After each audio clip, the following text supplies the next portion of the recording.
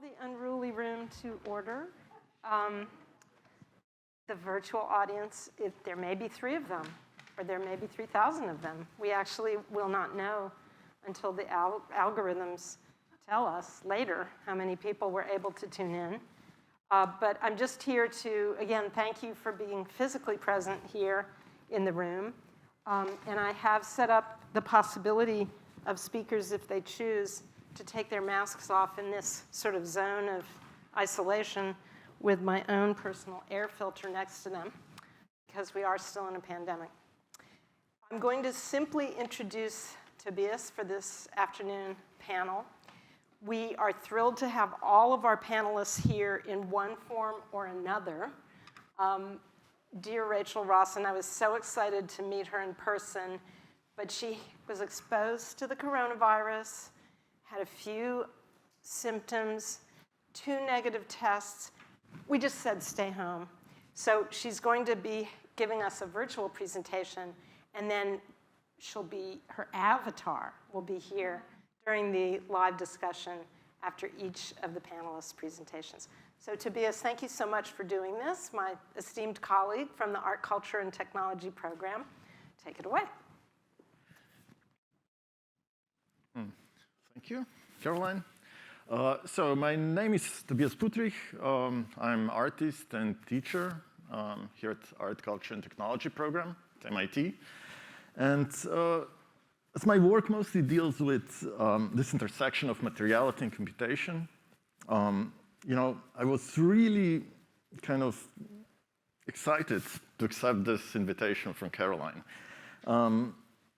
Mostly because, not only that I deeply admire presenters today, our guests, but also I feel that in the last couple of years,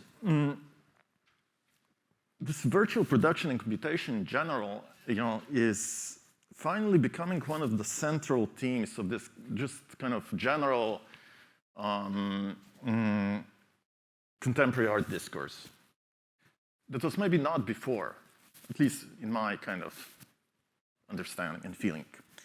So our today panel, called Spacetime, we will explore, in a way, important part of this discourse. And which, of course, deals with question of narrative and question of storytelling. So we will explore, in a way, ways and strategies this narrative won't transgress and transcend media, also blur narrative orders, and also makes the whole space, in a way, time-bound experience. So the question, in a way, we'll be asking is, what exactly this act of storytelling, an act of narrative, means in this ever-shifting and ever-changing multiverse. So, but most of all, I think, because we have almost like 2 hours and a half, and as Caroline would say, and also because we are so diverse group today. We are artists, writers, scientists. We should definitely have fun. But give me like 5 minutes maybe to present our guests today, and starting with Rachael Ross, which she will join us. Hello, Rachael. She will join us virtually. So she will join us from New York. So Rachael Ross is a multimedia artist, installation artist, whose practice aims to define new experience regarding transcendence and perception. By synthesizing traditional art-making techniques with new technology, she examines the boundary between hyperreal and imaginary, between perceptual and embodied space. Rosin composes arrangement with her installations and paintings to symbolize subdivision of time and memory in order to distill the larger themes of the broader human experience. Our next guest today here at Long Lounge is Alexander Galloway, a writer and computer programmer working on issues in philosophy, technology, and theories of mediation. He's professor in the Department of Media, Culture, and Communication at New York University. His new book, Uncomputable: Play and Politics in the Long Digital Age, narrates some lesser-known episodes from the deep history of digital machines. With an eye to both the computable and the uncomputable, Galloway shows how computation emerges or fails to emerge, from how networks interconnect, while also fray and fall apart. And with us, also here today with Aude Oliva, professor of computer vision, neuroscience, and human-computer interaction at MIT's Computer Science and Artificial Intelligence Laboratory. And her research is truly cross-disciplinary, focusing on research questions at the intersection of three domains: human perception and cognition, computer vision, and cognitive neuroscience. Her work in computational perception and cognition builds on the synergy between human and machine recognition and how it applies to solving high-level recognition problems like understanding scene and events, perceiving space, modeling attention, eye movements, and memory, as well as predicting subjective properties of images. And at last, our respondent today will be Eugene Brenkema, an associate professor of contemporary literature and media here at MIT. Her research in film and media studies focuses on violence, affect, sexuality, aesthetics, and ethics. Her texts range from the horror film to gonzo pornography, from new extremism cinema to viral media forms of terrorism. Her first book, Forms of the Effects, published with Duke University Press in 2014, won honorable mention in the Modern Language Association First Book Prize. Her forthcoming book, Life-Destroying Diagrams, explores the theoretical potential of radical formalism in relation to horror and love. So, welcome everyone. And I would just maybe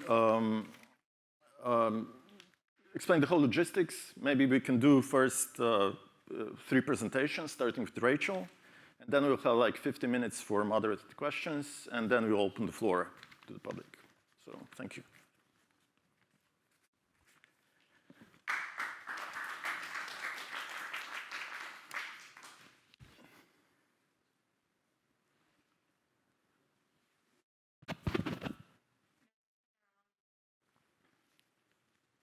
Be there physically, but the situation could not allow it. Thank you to the curators. This is quite a feat to pull off, especially under these circumstances. And I'm very impressed by the online exhibition. And yeah, again, honored to be here, honored to be back at MIT, and really excited to look at this show more. A very rich and complete feeling. So I was very compelled by the headline of my section, which is spacetime, and the first thing, because so much of it, so that idea, the idea of the body meeting perceptual space, is really a major theme and construct of my work, and something that is a through line. And because I work in so many different media, you know, from virtual reality, I'm also a computer programmer and an engineer, to painting, to sculpture, to installation. I also do work with training birds how to sing dubstep. Most recently, well, I'll leave that for later. But anyways, so the work that I first went to most literally addresses the theme here is this work where I programmed a piece. I started working on this in maybe 2016, but I used the user's physical space, you know, using a virtual reality headset, obviously just room scale tracking, and had their position in space scrub 3-dimensional time. So they were literally tied to game time. I did this before, super hot though. And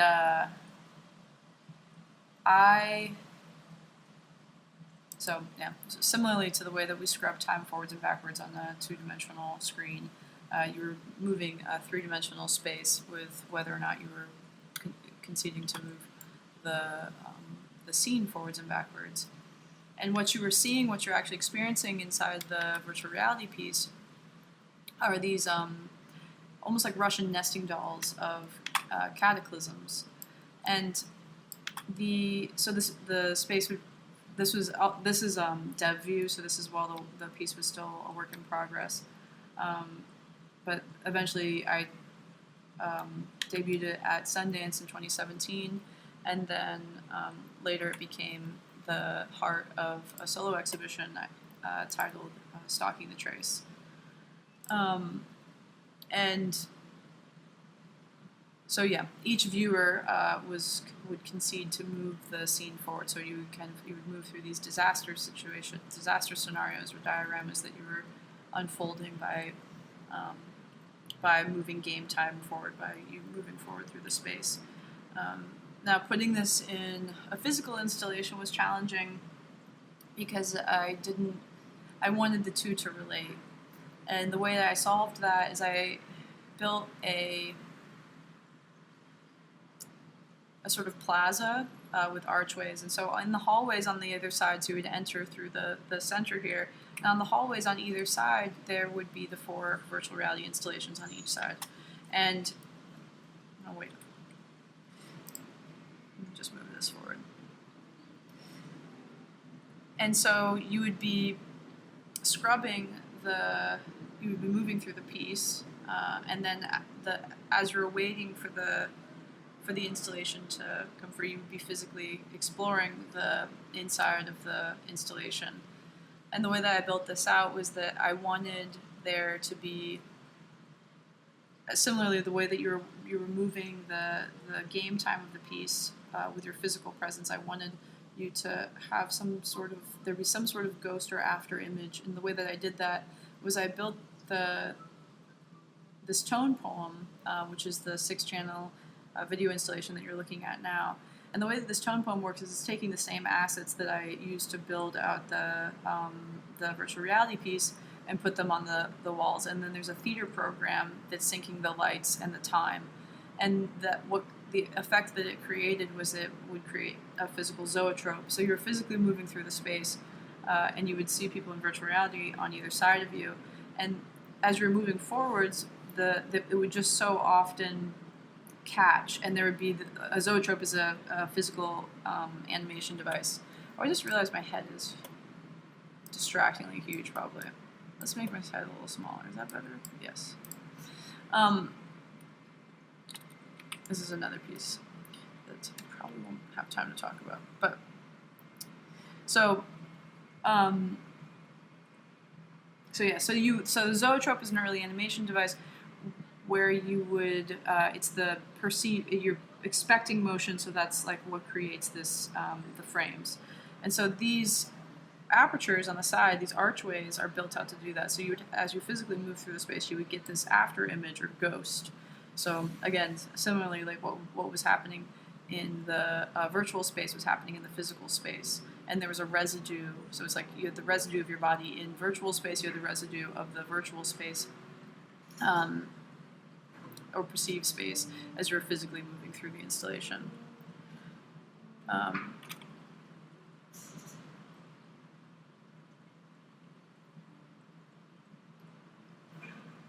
And so similarly,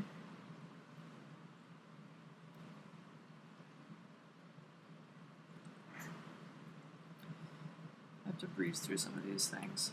This is a piece that deals with the Proteus Effect, where you're shedding avatars that you're inhabiting. It's a virtual reality piece. And so there's thousands of humanoid avatars that you're instantiating. It's a really simple idea. I mean, the Proteus Effect is just this observable phenomenon where we start to take on the perceived attributes of an avatar we inhabit. And you would see, like, the way that the piece is installed, this is a commission from the Akron Art Museum, the way that the piece is installed, you can kind of see like that someone's posture, the way that they held their body, the way that they perceived themselves, because they would see themselves inhabiting like the Mandalorian or was Kung Fu Panda or Yoshi or whoever, and they would take on, if they had some preconceived ideas of what that character, the traits that that character had, they would begin to exhibit them in their physicality. But I wanted to talk about this piece because I think it also relates to the idea of like leaving traces of embodiment in virtual space. This is a show titled Lossy, and it had to do with Lossy, named after the algorithm Lossy that's in JPEGs and MP3s, and it's for those that don't know, it's an algorithm that optimizes space it's entropic. It has to delete data but every time it does that over a generation, it removes some of the data. And I was thinking about the lossy quality of memory and wanted to move through that with photogrammetry and then make paintings from that. And there'd be this sort of the idea of uncanniness. And I can go into that. I'll talk more about the virtual reality piece. So the way the virtual reality piece worked is there's these photogrammetry dioramas that you're exploring, and you can see them all collapsed. And the dioramas or these photogrammetry scenes are all made from things that felt particularly salient to me. My fridge at the time when I was making the work, my apartment at the time, my apartments over the time that I've lived in New York City, my childhood home in Florida, things that felt important to the telling of the work. As I was working on the paintings, these sort of like places that felt like memory, that could hold memory in a physical way. But then I came into the problem where I wanted to include things that didn't physically exist anymore. And so the way that I tricked the photogrammetry algorithm is I just would make a rendering and then put it through the photogrammetry software to give it that feeling that photogrammetry has, where it's sort of has this like truth-telling patina. But the most important part of this piece, it's titled I Came as a Ghost Hand, is that there is a ray cast attached to the viewer, the viewer's gaze. And the piece resets every 24 hours. And so that you're seeing the record of each person's time and attention. You inherit that every time you put the headset on. And so at the end of the day, there's a cache that's saved where you see which part has been eaten away by people's gaze. And so this is a cache that I took from the Frist Museum of Art when it was shown there. And you can see where people's attention pooled.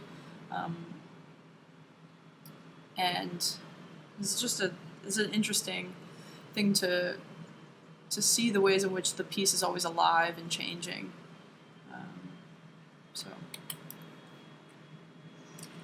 This is a piece titled Man Mask. This is my only virtual reality video I've ever made because I don't think, I have a lot of feelings about why I'm not really interested in virtual reality as a novelty. I'd rather use it only when I need to. But this piece was a commission from the New Museum and Rhizome, and I had found a way to discuss this. I thought that it worked out perfectly, where I got to lead an embodiment meditation from inside a literal man mask. And this came from my own personal experience growing up gaming, playing Call of Duty. And I couldn't really find any neutrality because I was female, and so I started taking on a male identity in order to blend in. And so that's where this work comes from. And so I'm leading, inside the man mask, I'm leading this embodiment meditation. And this is the mocap, where the mocap rig worked at the time. Mocap meaning motion capture. So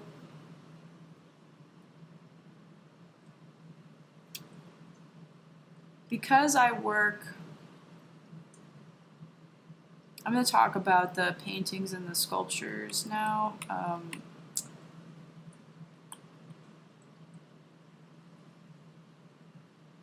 This is an old video work. We'll talk about that later. So this is how the brain sees the body.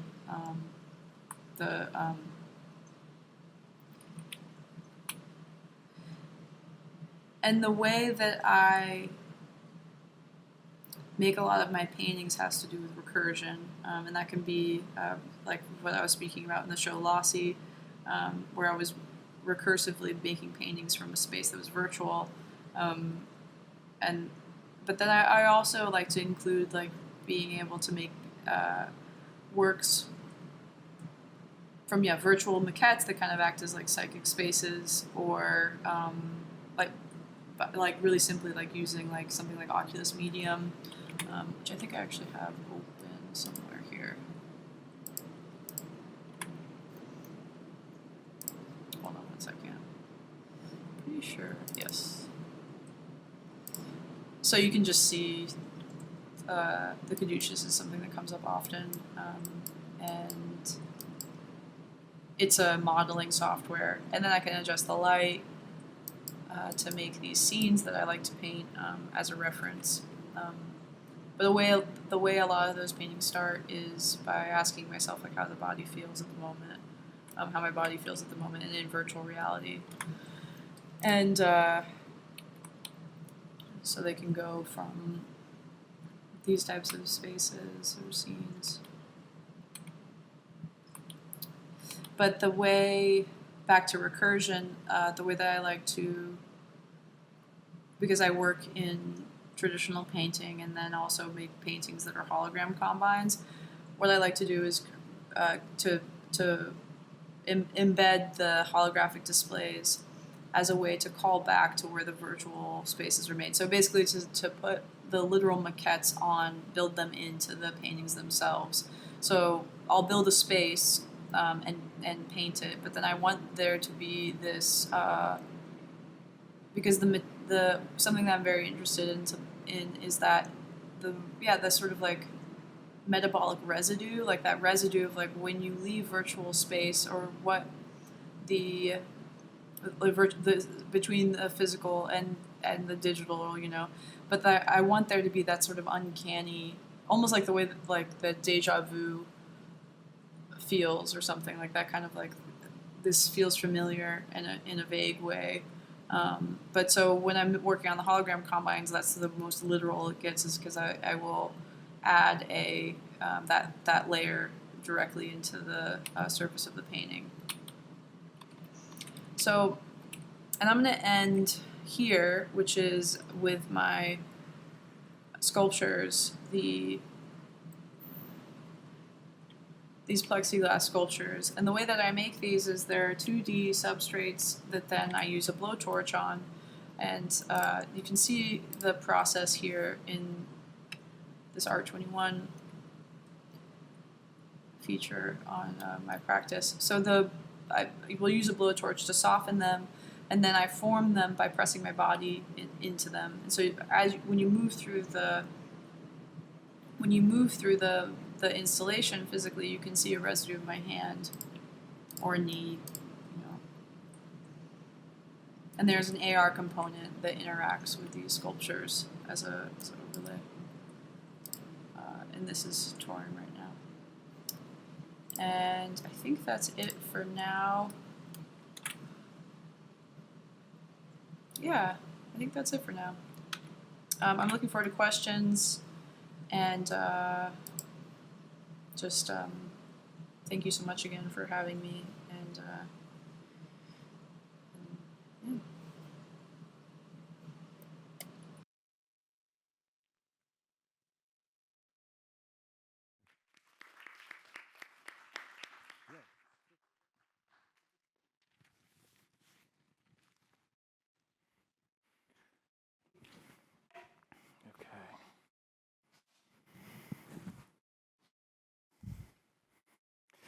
All right, let's see if we can get this working.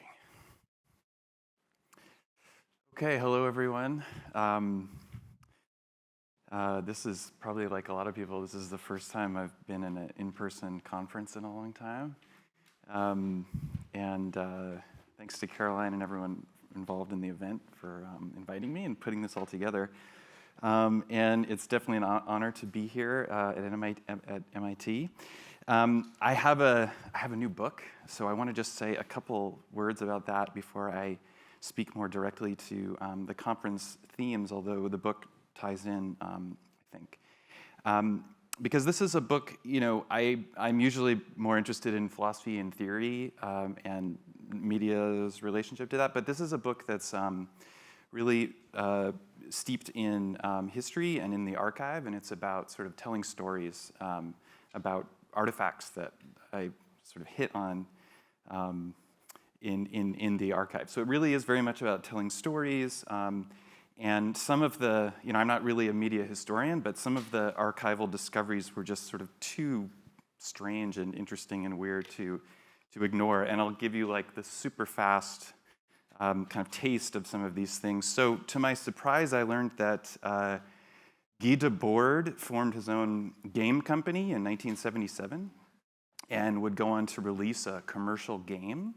So this piqued my interest. And my encounter with the game provides the opening conceit for the book, and there's a whole section on this game in the book.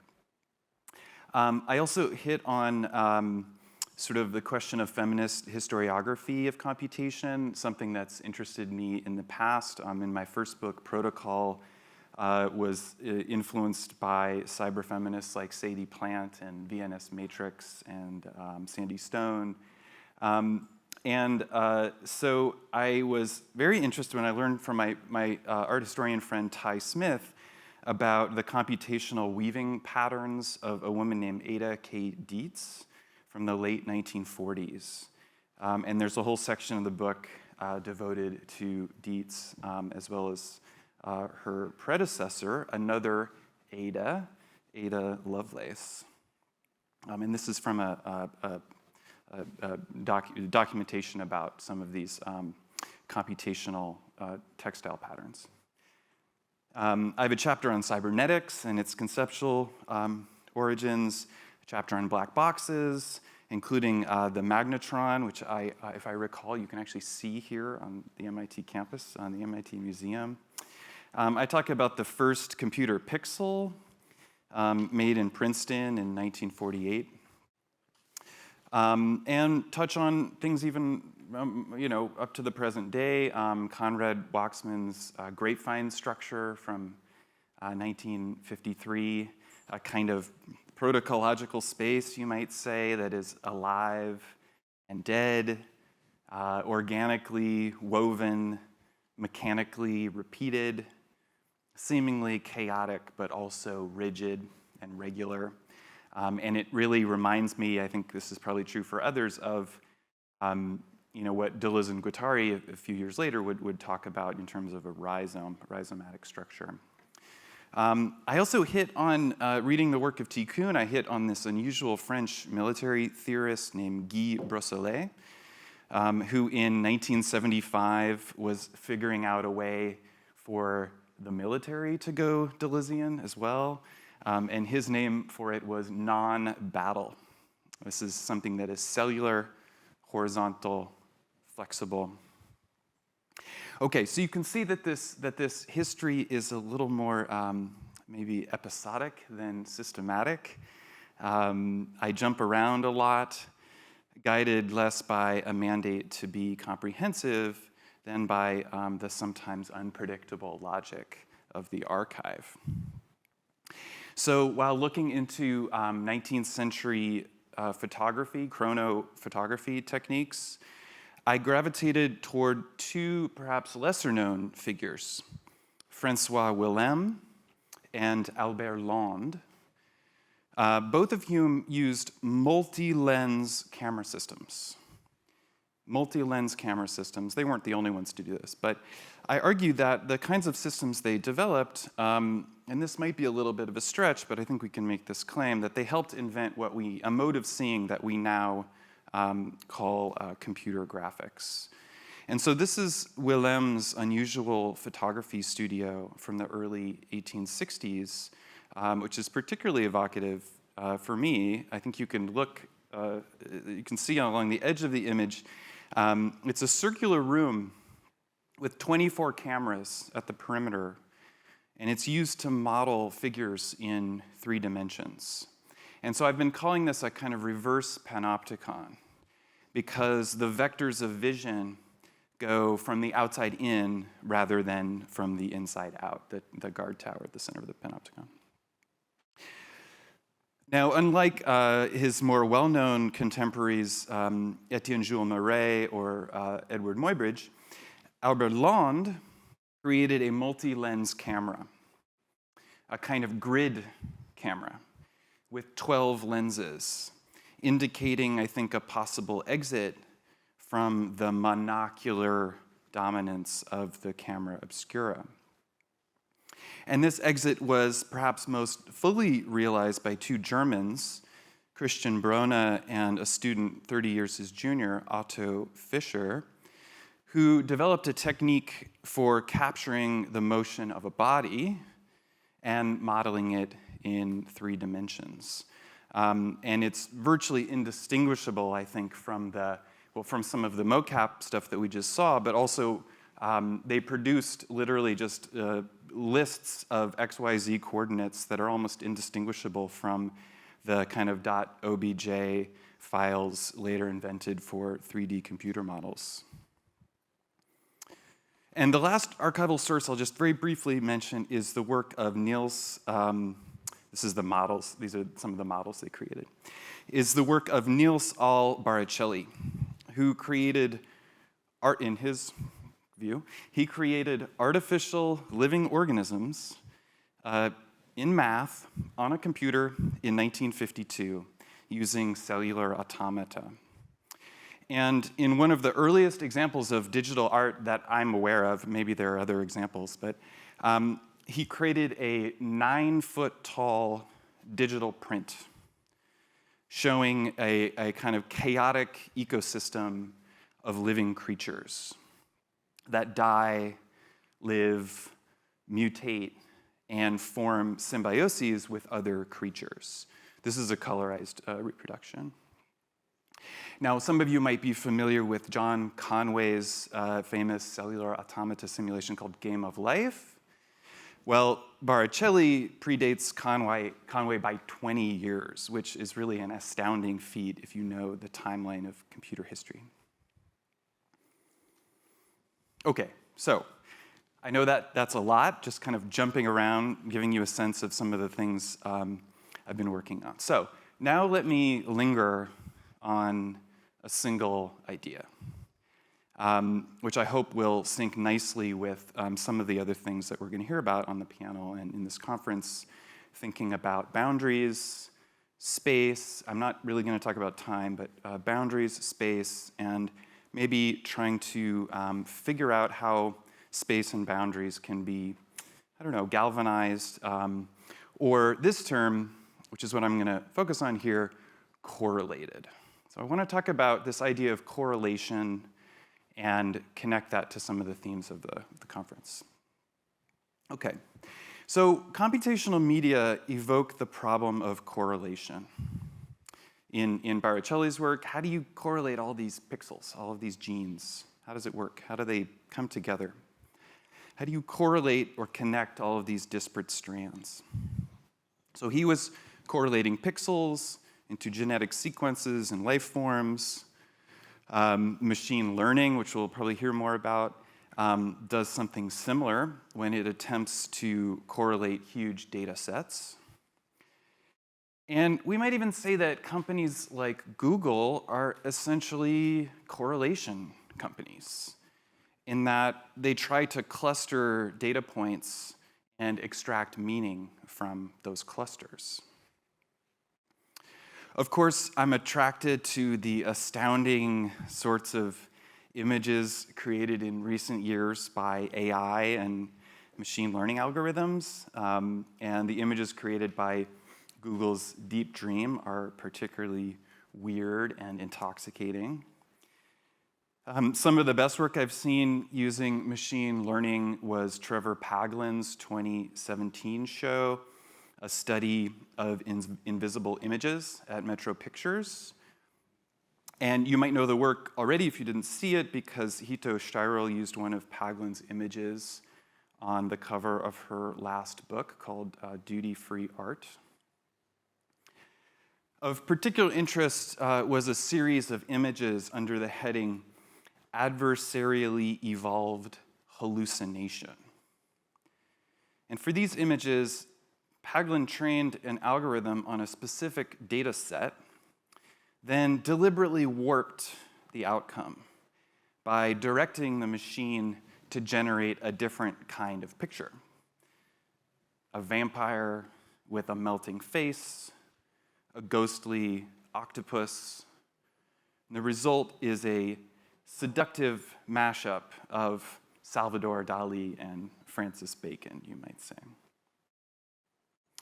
And as an aside, I was thinking about this the other day. I love how philosophers and scientists used to scold everyone by saying correlation is not causation, right? But it strikes me that that's completely out the window these days.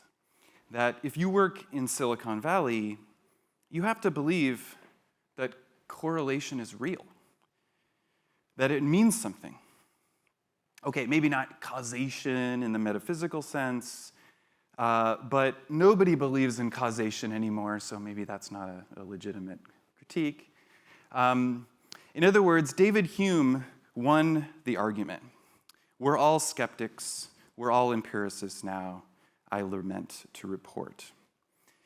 This is the age of correlation, the age of induction, the age of constant conjunction. And we see this in still images, but also in video. Some of you might know Mario Klingman, a key figure here. And these, we could probably say a lot more about this kind of moving image work, animation. I would say, though, don't be fooled by the seemingly kind of deterritorialized quality of these moving pictures. I would say almost exactly the opposite, that I think these are correlationist images through and through. And I mean it very literally. Klingman had to galvanize and correlate an entire way of seeing before he could warp and rearrange it. And I think we're going to see a lot more of this kind of imagery, particularly in Hollywood. A kind of GAN cinema, I think, will be in the coming down the coming pretty soon. And I even saw this. Some of you might have seen Theo Anthony's 2021 essay film called All Light Everywhere, and there's a little bit of this imagery at the very end of that film. Okay, now all of this is doubly significant. So if you follow philosophy, you know that correlation has been a huge topic of discussion over the last 15 years or so. And without getting too far off into the weeds here, the French philosopher Quentin Méliès published a book in 2006 called After Finitude that named a specific malady of modern life, dubbed correlationism. As Méliès put it, correlationism is the notion that, quote, we only ever have access to the correlation between thinking and being, and never to either term considered apart from the other. So he described correlation as a kind of Kantian stranglehold, which uses the human subject as a way to bind things together, as a way to bind thinking and being together. Méliès's book was an attempt to get beyond this, to get beyond correlationism, to think a world in which correlation does not pertain. Okay. So imagine my surprise then at seeing Shane Denson's recent book, Discorrelated Images. Discorrelated images. And the gist of Denson's argument, as I understand it, is that images have changed significantly in recent years. So much so that the basic contract of visual representation, that images produce more or less coherent reproductions of what they represent, no longer applies. Okay, so that contract, of course, has been endlessly critiqued and corrupted and undone over the last several decades within theories of visuality and representation. Denson's particular contribution, I think, has to do with the devolution of the digital image, if you will, kind of down to the level of affect, sensation, somatic reflexes, particularly through an aesthetics of incoherence, entropy, and chaos. And while he only discusses Méliès for a page or two, I predict that Denson's book will help migrate these discussions from esoteric philosophy directly into media theory, which I think is a discipline arguably better equipped to consider questions of representation, analogy, reproduction, things like that. Denson furnishes a dazzling menagerie of discorrelated images. This is from Unfriended. Some of them are about sensory overload. Some are about what he interestingly calls the seamfulness of the image, not seamlessness, but the seamfulness of the image. Its inability to hide seams and gaps of its own construction. Some are about the lack of continuity in montage and the bodily disorientation that such discontinuity might trigger. Some are about the disconnect between the diegetic and non-diegetic parts of the image, something that I'm particularly interested in. We have them a sort of zoology of discorrelation, a rough arrangement of the kinds of wild creatures that populate the contemporary landscape of images. And I will flag maybe a certain nostalgia, if not a soft conservatism, that propels Denson's intervention. Coherence and stable orientation seem to be his baseline, against which discorrelation might arise. Yet we know historically that only certain subjects have been called coherent or oriented, and I think a book like Sarah Ahmed's Queer Phenomenology is very good on this point. So what if discorrelation isn't simply a postmodern pathology? What if we begin from discorrelation rather than correlation? Why not min-max this logic and push the variables to the limit? Filmmakers like Michael Bay or Neville Dean Taylor might luxuriate in disorientation, but Bay is child's play compared to the many possible varieties of discorrelated images. So I've been thinking a little bit about this notion of superlative discorrelation, and I don't really have time to go into detail on any of this, but I maybe just give you one or two prompts for thinking about this idea of discorrelation and pushing it into a kind of superlative or hypertrophic state. So you might say that the most perfectly discorrelated image would be something like this, static or white noise. Although, of course, if you stare at it long enough, random noise ironically gains a kind of coherence, right? And remember the word that Deleuze and Guattari used for pure difference. They called it smooth. And Alain Badiou was less charitable. He called it monotonous. He called Deleuze monotonous. So white noise is kind of discorrelated at the level of syntax, but not really at the level of semantics, right? There's not a semantic layer so much here. We might have to turn instead to what Deleuze called the irrational cut in the work of someone like Stan Brakhage. Or in computer art, we might think about the work of the Dutch duo Jody. Maybe you have to begin with a little bit of sense before you can most effectively discorrelate it.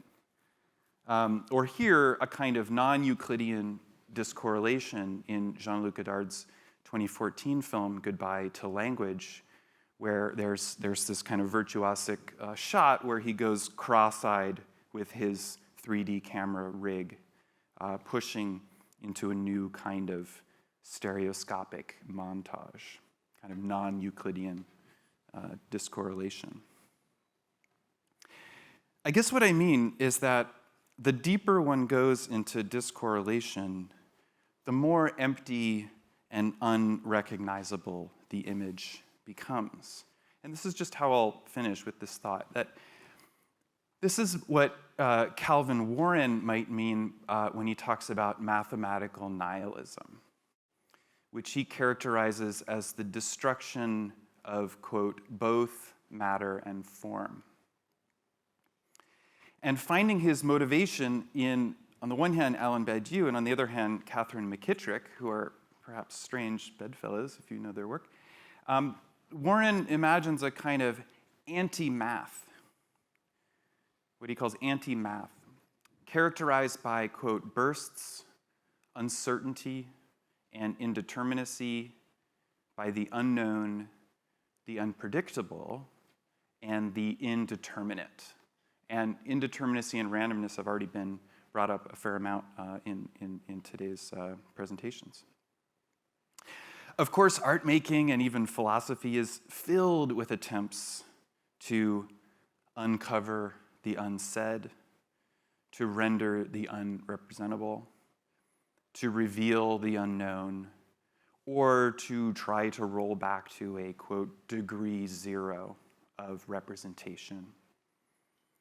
Black squares, white cubes, white squares, and black cubes. Think of the works that are empty canvases, works with erasable ink, works that destroy themselves, destroying something as the work, the absence of the avant-garde gesture as the apex of the avant-garde gesture. And by his own admission, Warren's aim is, quote, to uncover the unsaid within the number. A noble pursuit, to be sure, one with strong roots in the tradition of European Romanticism. Still, I think in the end I'm with Calvin Warren on this one, that the most interesting path is superlative discorrelation, that we ought to undo correlation more fully. So thanks, and I look forward to talking about this more in the discussion. Thanks a lot.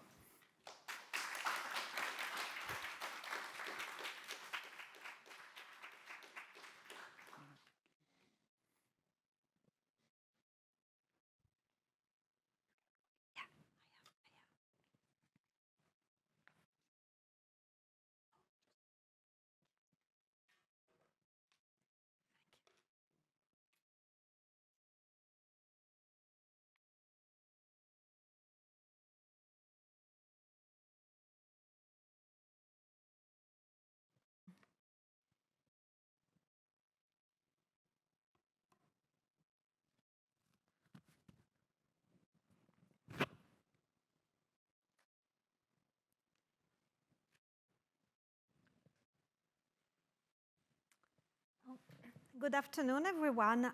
Thank you very much for inviting me to this panel this afternoon.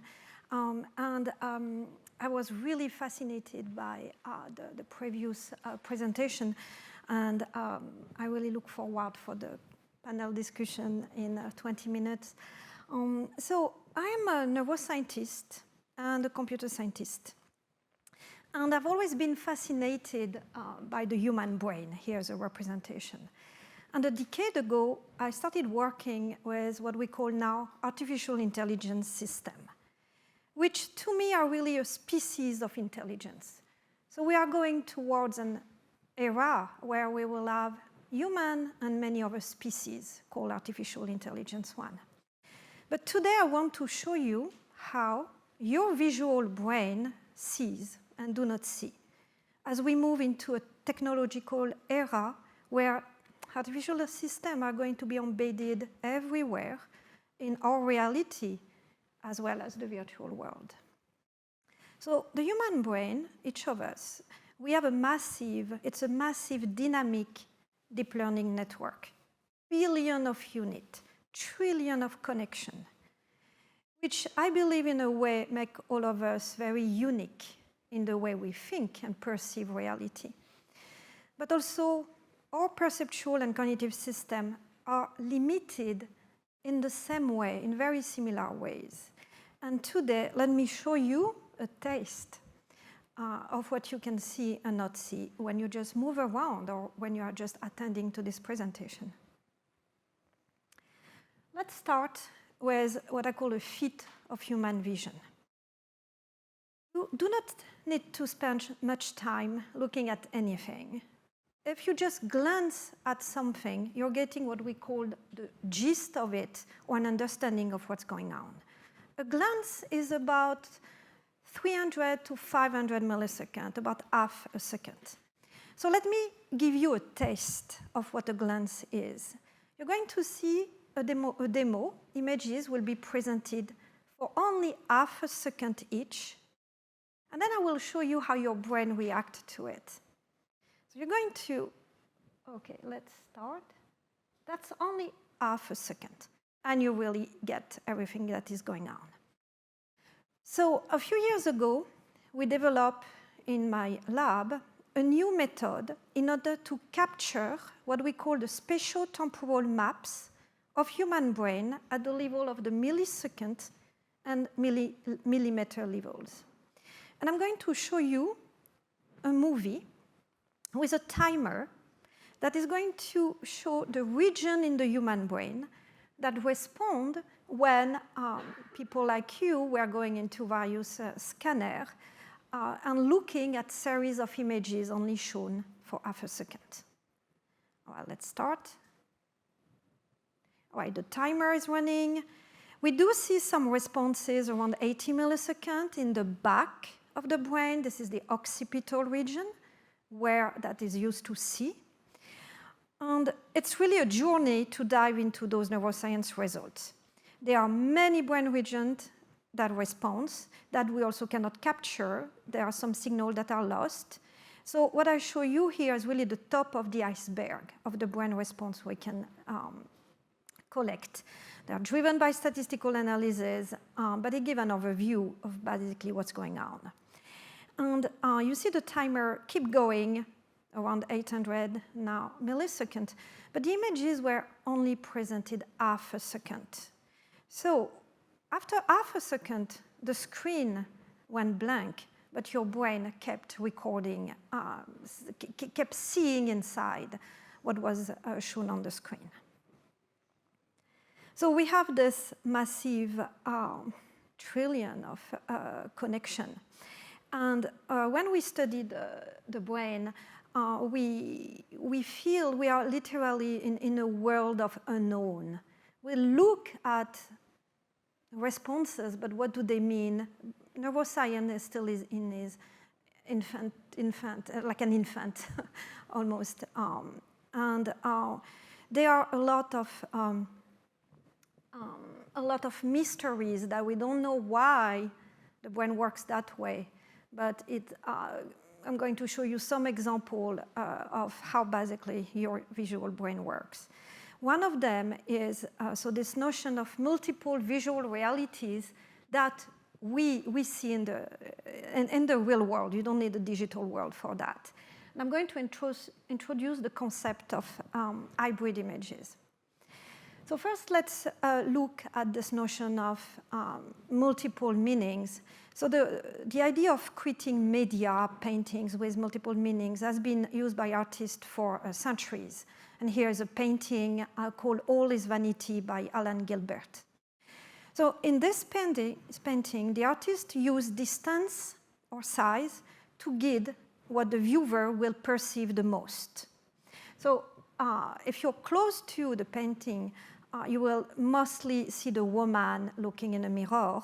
But if you look at the painting from far away, your brain will literally transform the representation into something else, and it will be more the skull that will be seen first.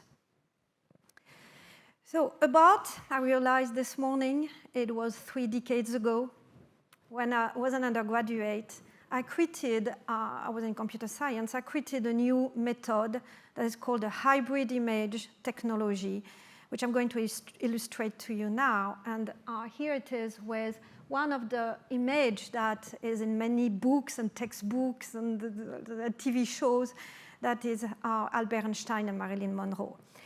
So if you look close by, which might not be the case for some of you at the back of the room, I hope you see Albert Einstein. But now let's simulate that you are walking back, or you are looking at this image at a different size or viewing distances. And it will clearly be Marilyn Monroe that will be shown. This is the same image. You print it on a postcard, and you show it to people, and people will tell you close by, yes, this is Albert Einstein, and then you show it to the crowd, and the crowd will say, no way, this is Marilyn Monroe. And over the years, I had hundreds or maybe thousands of magicians who wrote to me to have the original high-resolution version of this image. And there is a series of Einstein with other famous people that I can send them. And they told me they used them in their show. And the person comes on stage and swear it's Albert Einstein. And even is told, will you bet on it? Of course. And then, so those are ways that actually your brain works, separating the type of information your brain sees at different distances. So this is another hybrid image. Also, I think it really depends what you will perceive first, depending on your distance and the quality of your screen. But it was meant very, very close by to be a bicycle that is casting a shadow on the wall behind it. However, at another distance, it'll become a motorcycle. Might be easier to see that way. And what is at play here are the rule of perceptual grouping. And this is really in your mind. So the cast shadows are being reorganized and regrouped in a new meaning that makes sense. Your brain wants meaning all the time. If there's no meaning, it will find one. It will call it noise, but it will find the meaning. So when the image changes, or you walk towards it or backward from it, your brain will always work to regroup and find a new coherent object. And in this case, it's interesting to see that what you can perceive as one object from far away, that will be the motorcycle, is actually a 3-dimensional scene close-up. This is really something that works when you have the image very big printed on a nice poster. All right, let's keep going. Here is another example, and it's a cute little kitten. Maybe some of you already see what's the other image, I will say animal, hidden behind it. All right, easier that way. That will be that very cute puppy. So here I show you the 2 original photos we used. The puppy dog and the little cat. In order to build the hybrid image, like for me at this distance, this sort of medium distance, I actually see both, and my brain wants to switch back from one or to the other. It's really a percept that is very strong, close or far. Here we use the color of the little dog and what we call the low spatial frequency. Low spatial frequency are blobs or out of focus image. If you miss a photo out of focus, it's very blurry. That will be part of what your brain sees, preferentially from far away. And close up, your brain is going to switch towards the details and high spatial frequency. So those images, when you are close or far, you see one interpretation. But now computer vision can take the image and without any doubt knows what's hidden in it. And this is what's shown in the line of called spatial frequency bands, where we can see that the cat features is within a part of the spectrum. There are tools that will show that to you, and the dog is in another part, exists at another part of the spectrum. And so the images I've shown you so far, they don't look like real photo. You know, it was kind of a demo, particularly the Marilyn Einstein one. You do see there's something going on in this blurry sort of photo. But what about that one? So this one, there is a hybrid image, one of them. So funny, what I see on my screen might not be what you see necessarily there. So I'm going to have to read. So the images in the middle is the hybrid image. She'll look, again, if you really put your nose on the screen, more than like the girl that has the wrinkles on her face, almost like a twin sister. But actually, I see from here that this projector is a little darker, might not have all the dynamic range that you will have on this, looking at this photo in the real world. So you might already see that if I do change the size, then the middle image will now start looking like the other one. So it will literally not be the same person from a distance. The quality, you can create those. It's really, you cannot see the difference in the naked eyes. So that leads us to something that's all over the news, we'll say, unfortunately, is the notion of deepfake, which was brought to us by the new method of machine learning that we also call artificial intelligence method, that now are able to create sound, speech, images, video that just looks real to you, like almost like those hybrid images I've shown you, but now in a way that can really be applied to any type of material.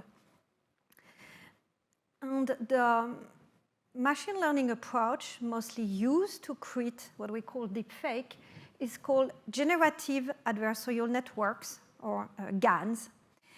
And you see that in the news by seeing faces of people that seems to exist. But there's also more complex GAN architecture that allow to create images or video with different properties as well. Images that will be fake, but also more beautiful, or like it will be looking or being someone or an object with some added or removed features. And I want to illustrate this with the notion of memorability, where you can have now those GAN model that will create, let's say, a paper. All those photos are fake, but the model will create images of a fruit or paper that is more memorable or less memorable. Here's the example of a landscape becoming memorable. All the images used for this video I show are fake, and the model learned, well, here's a landscape that I will most likely forget, and here's one that will have a higher impact on people's memory. And it did create this dish, this hamburger,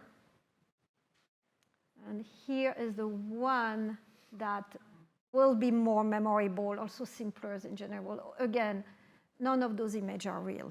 The model has learned to do this. Here are a collection of examples, and what the model, the AI system discovered by itself is that while creating images that are slightly more memorable, they are more memorable by about 6 to 10%.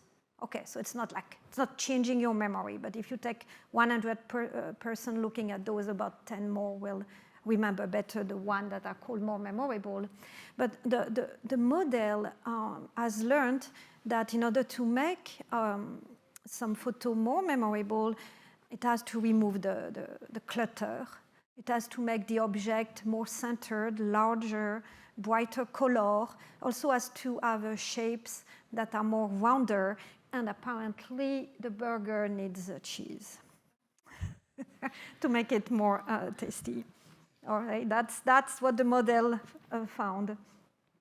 And one step further into this notion of the deepfake that I want to show you, I think it's a very important point to make. Now let's see deepfake in action with video. The quality of the video I'm going to show you is not very good. It doesn't matter for the principle here. But basically here, you're going to see two videos. One is fake, and one is real, all right? I always forget which one is. It's very difficult to know which one, all right? Almost impossible to say. Trust me, one is fake. So now I'm going to show them to you again, but after we had one of our models that will take in a video. The model doesn't know if the video is fake or real, and output the same video with a twist. If the video is real, it'll be the same video. If the video is fake, the model is going to show you how it is fake. All right, that was the first one play. Okay, looks normal. Okay, so I will say, well, looks like a normal video according to my model. And here is the one that was fake. Look how it's moving and being, with some of the artifacts being amplified. Distortion, tiny error that are being amplified. So what's happening here is this model takes a video as input, can determine, it's a machine learning model, if it's true or fake, and produce a second video. A real video will look normal, and one that is fake, it will create a distorted version that we call a caricature. And then it will show you something distorted, a caricature version. And that's the point I want to make here. I think it's very important for all companies or researchers working on deepfake to make sure they make an antidote, that there is a way in their model to detect that what they are producing is a fake, so that eventually there is a mark on it. But as also a cognitive scientist, what was striking me when I was reading information about deepfake is the problem if I show you a video and it really looks real, the first impression wins. I can tell you it's fake. You may believe me, sure, but you might forget. And next time you see it, you say, oh yeah, it's real. So what is, I think, pretty important in this age of all those deepfake running around is that we are careful with the first impression. And if we can show to the person a caricature, a deformation of a means to really show it's a fake, memory will remember it was a fake. So there's a lot of work to do here. Give you a proof. Finally, I have a last demo. Is what I show you today was, okay, I change images, and I show you things in a digital format. But what about the real world? What about right now, or something like right now? Even when you just look at the world. So it's going to be an image, but imagine that's like you're looking at the world. And this is actually a photo I took 25 years ago when I was doing my PhD in France. It's in a small town in the Alps. And you can see like the car is pretty old. Did you notice anything? Because 50% of the image change in front of your eyes. All right, now I tipped you. Now you're going to look again. Okay, yeah, it's coming. All right, that's what I showed you. Some of you might see something, and some of you have no clue. All right, now let me tell you 50% was moving. And here are all the changes happening in front of your eyes, just at a threshold that you could not perceive. And you think it was because you just look at this image for a few seconds or you're tired. But actually, it's all in this, the first impression you have, you will see the street, and then your brain will stay stuck in the fact that there's a street, there's a car, and a lot of the details will be missed, but you're not consciously aware of that. What we did is, here is a video of someone who did not see any change, follow the yellow dot, that's the eye movement of the person. Now you can see how some of the person look right away. Here's a second. When the video, it's a video actually, is changing and still miss what's going on. The entire facade of the building is. So even when we record eye movement, even when we see that the eye was at the moment where there was a sort of transparency, you are blind to it. And there are many reasons for that. It's called change blindness phenomenon. It can be extremely large. Here are the items that were changes. It happens right at the threshold of awareness or consciousness. Some of you will see one thing or not others. You could have your eyes on it as it moves, that you will be blind to it in a way, in a cognitive way, it will not go to your consciousness. Why? For many unknown reasons. One of them is your eye movement moved too fast. You have to stay somewhere if you want to give the brain the time to digest it.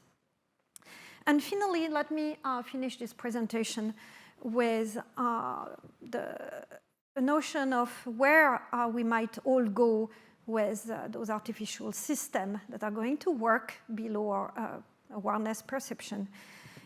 So many processes, both in our natural brain, artificial system, operate at very short time scale that are unavailable to us, either because our calculations are very fast or happen at a level that don't come to our consciousness, or because the world is at a time scale that we just cannot see consciously. And here is an experiment that was done by Watanabe and Ishikawa in 2015. Take the simple game of the rock, paper, scissors. So they had an artificial robot system that had 3 fingered hands and a high-speed camera that was looking at the person. And that robot was playing the game with a human person. And the robot was always achieving a perfect score against the person in this repeated rock, paper, scissors. And what happened is, and this is very, very profound implication, is the robot, just with a camera, could perceive the human player gesture and react accordingly in much less time than 2 people playing. You know, you're like, and then you do your gesture. So he could calculate what was about to happen and beat the human player every time. And this shows us that a game premised upon unpredictable decision as a human to human, driven by chance, at least as we think it is, becomes wholly deterministic. So in this way, small interaction, or larger one, between human and artificial system might take on a fundamentally different character from this perspective. There are many phenomena we do not see, or maybe we see, but they don't stuck in memory, or we forget, or they don't come to our awareness. So we are limited in that way. But the artificial system will not be limited in that way. In a spatial way, it can have everything. That's not a low or high spatial frequency. It can just see everything. And in time, it can process and react at a time scale that is really above our own thinking. And this will, I believe, be transformative for our own understanding of reality. Because some of the phenomena in the physical world, as we know them, will change when we have systems that can play a game and be fully deterministic. All right, I will stop here. I guess we are going into panel question. Thank you.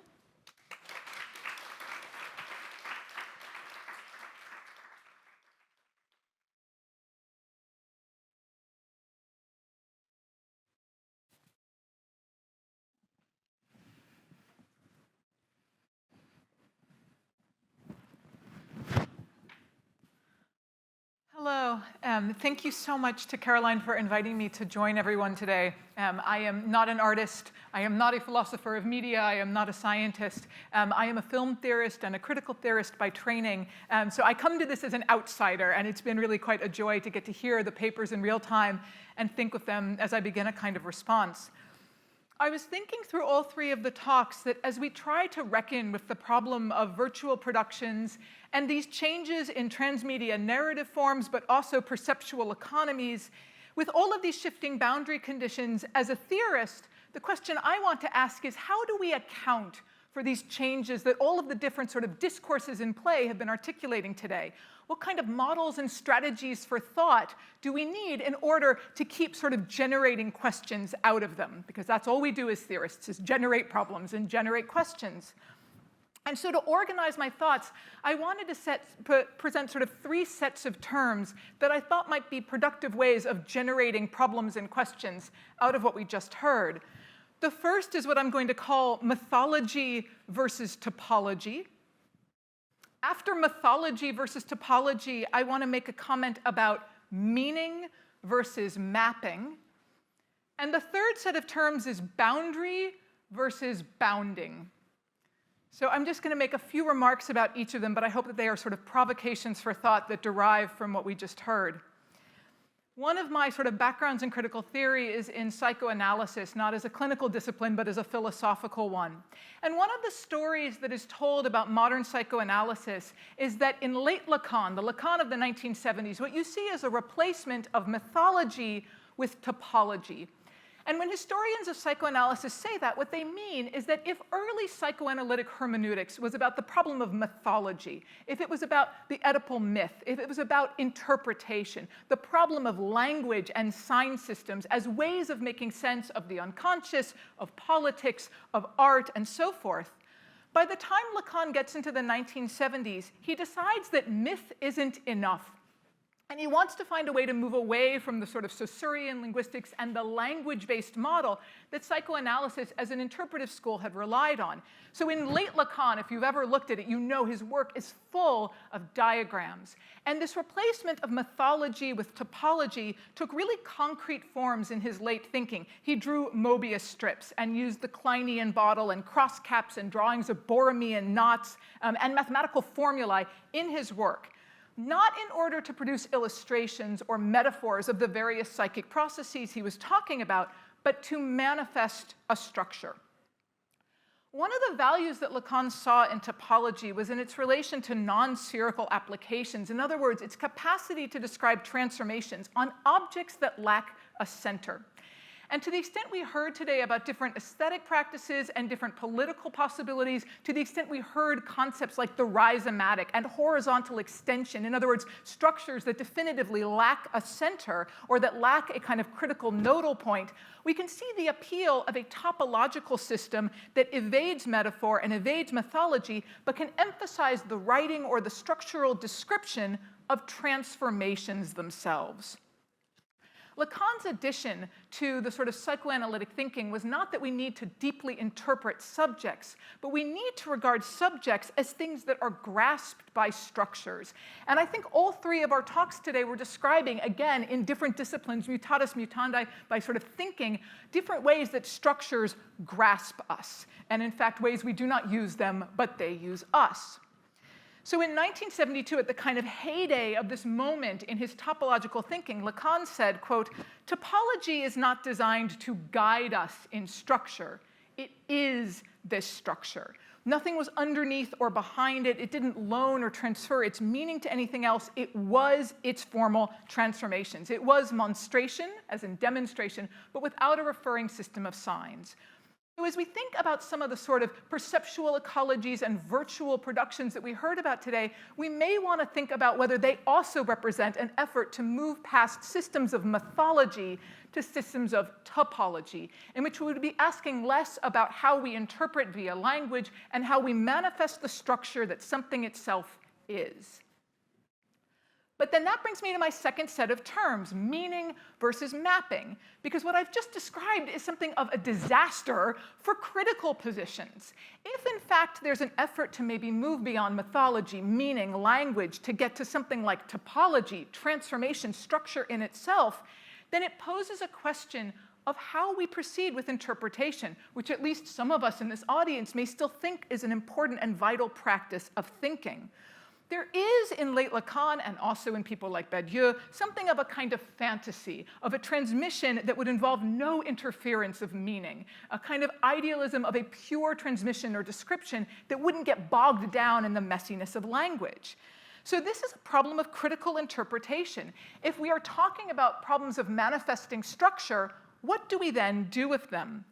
And I was thinking, especially as Alex was talking, do we need a model of discorrelated interpretation? And what would that look like? I'm personally very suspicious of Méliès and Graham Harman and Tim Morton and a lot of different versions of non-correlationist, object-oriented, and speculative realist thought, because I feel like their work should not be judged purely on their philosophical side, but what do you think of Méliès's book on Mallarmé? What do you think of Graham Harman's book on Lovecraft? In other words, when they start to interpret, how robust and interesting and compelling are those sort of generated ideas? But the idea of a discorrelated interpretation was kind of intriguing to me, so I started to try to map in real time as I was listening to the talks what these models for interpretation might look like if we in fact want to move into this new space that poses new questions. One thought might be something like Rachel's final comment that she's deeply invested in the question of how the body feels. And if that question of how the body feels might itself be the sort of ground for a fertile critical engagement, it occurred to me that maybe somebody like Lyotard might offer a model. One of Jean-François Lyotard's sort of accounts for what critical thought should do is what he called the compte rendu d'affect, that what criticism should do is actually try to induce in the reader the affective state or experience of the artwork itself. Not to interpret or offer meaning, but to try to make you somatically, affectively replicate your experience with the art. And Rachel's question on the side of practice about how she's interested in how the body feels made me think that maybe a new model for thought would be a critical practice that tries to make the body feel something by way of getting at that new sort of sight. Another model that occurred to me as I was listening today was Alex's call to undo correlation, and I started to think about what a kind of mapping model might look like. The interesting thing, and I don't know if he would agree, but there's something about a kind of infinite disarticulation, a kind of infinite discorrelation that strikes me as being very reminiscent of the model of sort of abyssal interpretation that we get with something like deconstruction. If it's discorrelation as both primary and all the way down, then maybe that critical practice also has to set aside a finding of final meaning, but maybe what it actually has to do is fall even deeper into the kind of play of language that would never arrive at a final end. But finally, I would say I found my most productive model actually in the field that feels sort of furthest from my own, and Aude's beautiful idea of the hybrid images. If I may take them in some ways as a model for a kind of humanistic thinking, I thought it was kind of provocative to think about whether critical thought that would engage productively with this new work itself might need to play with the problem of scale shifts. I thought it was quite wonderful that you talked about building a hybrid image. And maybe then the critical model that we need would be focusing on being constructive and would maybe try to articulate the building of a model in relation to every single contingent encounter as the way it could sort of take stock of these new works. The final set of terms I just wanted to think with was to go back to the term that names the entire event today, and that's the problem of the boundary, or the boundary versus bounding. I am a total etymological geek, and when I was thinking about the title of the conference today, I went back to the etymology for the word bound, which is, of course, the root of boundary. And there are two very distinct routes that word travels.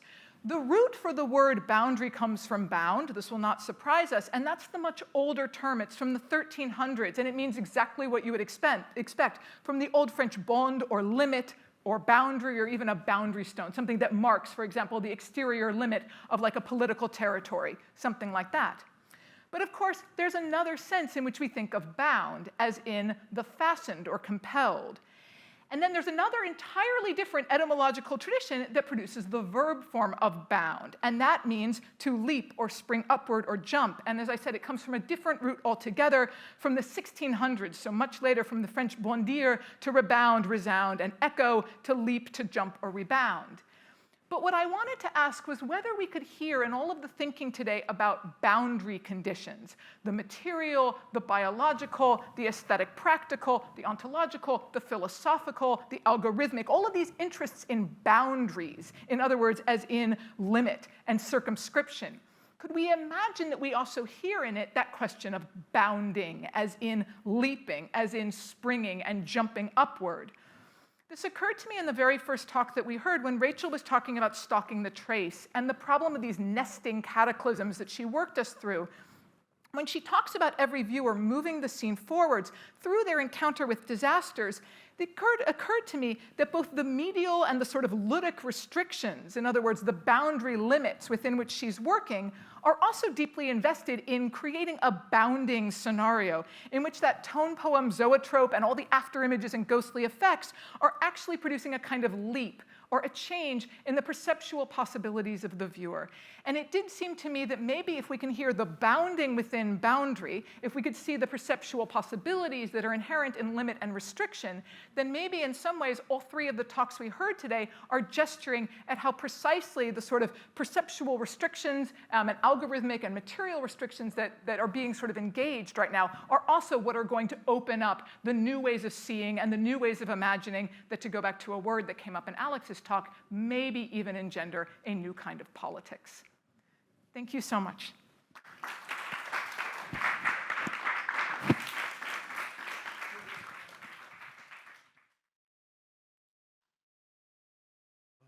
Yeah. So 1, 2, 3, 4. You are missing one chair. We need one more chair. 1, 2, 3, 4. No, 4. Fine. 4. Yeah, that's fine. It's fine. Yeah, she's there. There's a pseudo Rachel. Can you join the discussion? Just sneaking Rachel in. So great. Amazing. Amazing. You're, yeah. Maybe I could just be like on the TV. Yeah, but maybe we want to tilt it a little bit so that the panelists can also see her. Yeah, that's perfect. I just want to start with general questions, and then maybe it can develop further. And I would start with very simple, in a way, from very simple beginning. And especially with interaction with students, I think there are two questions coming up. Especially because I would like to start maybe first on the present day and then extend to the kind of future scenarios. So in this present day, even I see the Rachel's work, and maybe you saw before Jan's work, I think there's always question about actual interface and actual code. And I think especially what you, Odd, you were talking about. You were talking about this sort of different computation, right? This sort of more, let's say, kind of neural networks and kind of computation that develop away maybe from this kind of old von Neumann kind of computational model. And what I'm trying to kind of debating with students, right? How much really code still at this present day moment means? How much really, this sort of this leap from digital, from the code, to more analog, neural network, really really makes, in a way, sense. So, because what I'm trying to ask, maybe Rachel could be the first maybe to answer me this. how much really code do you reveal?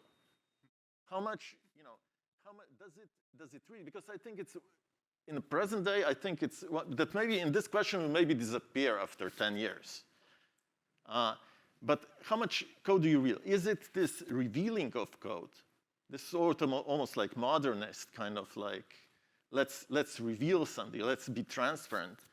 How much does it come forward in your kind of thinking? And this is maybe one question. And then the another question would be, like, especially like on Monday, in my class comes like this from Jiwon Kim lab, and they do work on neuromorphic computing. And basically, in neuromorphic chip, you don't have like all the code happens on a physical level, on a material level. Basically, they built neurons. They built artificial neurons. And this kind of devices, basically, they cannot be programmed in its usual sense, right? They move towards what you described, like this sort of like space where every object can get an agency, can see, can sense. And kind of, and I just want to kind of, this sort of mapping this sort of two different sides, maybe present day and this kind of far future day. I just want to kind of, min-max those two extremes and then see where you can find yourself. Also with your ideas that you mentioned in your talks. But maybe with you, Rachel, just how much code do you reveal, or do you want to reveal something? Well, there's two questions I think we should, what you're talking about, because you're talking about organic computing, which is you're programming something that like exists physically, right? So yeah. That's one part of the question. The first question is you're asking about how much process to reveal. And for myself, it just depends on the work. If the work involves if there's some sort of nesting meta or something and the work is served by me exposing the code or exposing the process, then that makes a lot of sense. This is, I'm thinking about this a lot. I recently started learning how to code in DNA. And that is like, you could see that at the back end of coding in DNA is very literally, like what's interesting about it is that interface, right? So this feels vaguely familiar, but there's also this like black box that is really similar to coding and object-oriented programming. It's like, there's something interesting about like exposing that code because there's familiarity with it. Does that make sense? It's like it's a symbol in itself of something. Now, for other programmers, it might be interesting to see the code, but for most people, it's not. So I try to make communicating the main objective of the work. Sometimes I get lost in the sauce, though. But just a question, another question. Is code for you important or not? Is it like, for example, we were just discussing with my TA, like looking at, for example, even like Ian work, just to get an example. Ian Chang's work, for example, or even your work, for example. No, we does it? Because my question is, sometimes I'm generally kind of confused, or not say like confused, but I want to see deeper behind, deeper in the code, how thing works. Is it fake? Because sometimes I don't know. I mean, is it everything what the work claims to do? Is it really doing? This sort of like sincerity of description. I mean, that's what I think my question about code and how much code do you want to reveal to the viewer who knows what you're doing, how much you're prepared to reveal. Well, that's up to you whether or not you want to believe in what the artist is putting forth. For me, there's some work where I'm like, it doesn't need to be live for it to communicate, right? And so it's like as somebody who's also a programmer, I can like kind of get in there and be like, that's not actually possible. and it's like that steals a certain amount of delight from the work. But then like when I get down into it, like if I want to make something or there's parts, it's like, as you know, it's like because I work in Unity, so I'm always thinking in like it, so I'm working in C#, you know, their own, and so it's like I have a pretty good idea of like what is possible and what isn't, and whether or not it's relevant or whether or not it was like recorded in real time and then played back. Like that doesn't really matter to me. Like what matters to me is if it's like if the work is communicating at all. And so like with a lot of AI, you know, with a lot of AI things, you can see like these networks that are like, there's just truncation, right? Just like early truncation. And it feels kind of boring, like a filter. But then if you take a step back, you can also just be like, well, there's something interesting about this. So like what you're talking about is like, you want to understand the process because it's interesting to you as someone who is like technical, but it's like, I think, and I, you know, totally relate to that when I'm looking at and engaging with art. But then I feel like for myself, I have to like consciously tell myself to be quiet and just like sit in the presence of a work, or I'll, again, like steal my own joy. Like I won't be able to like actually connect with it because I'll be so focused on like the technical parts of it. It's like the same way you read a painting, you know, it's like, I think. Yeah, because I think this goes again to maybe my next question, that would be like this question about black boxing, about like, you know, do you trust the artist, or how does artists come to this critical position, which in maybe in Alex's case is this correlation, or maybe in Odd's case is this caricature, or maybe, I don't know, or even like this sort of like, you know, how this mapping can even be critical practice if you are dealing with the black box. So I don't know, like especially with like neuromorphing computing, like for example, like where every object could feel in a way, if you know it would have embedded certain computational power and certain kind of physical chip that would sense, right? How do you even like approach this problem of mapping or discorrelation, or you know, I'm trying to kind of like imagine. Yeah, if I may start the discussion on this question. Current, what we call large-scale machine learning model, particularly in language, they are very good. There's one called GPT-3 from OpenAI. And so you could say, so there's a code, and the model is able to write a sentence and a short text and finish your words in any language. So there's a mapping, because the model and ourselves, we understand each other. We can communicate. We ask a question and respond. So the code of the model is transformed into a phenomenon that, oh, wow, it seems intelligent. It can communicate to me. In vision, it can do something similar, giving us the impression that the system has higher cognition or understanding of what's going on. When it comes to tactile, I don't know yet. I will use a word that I don't think we can use with artificial system for a very long time, is the word qualia. A qualia is really, you need a biological system to have a qualia. It's the experience with the memory. And touch, tactile, so we see here, we hear with on that side, but the skin is everywhere. So whenever we move or touch an object or even communicate with someone, there is this tactile qualia that we understand how to behave with someone, and the system right now will have no clue.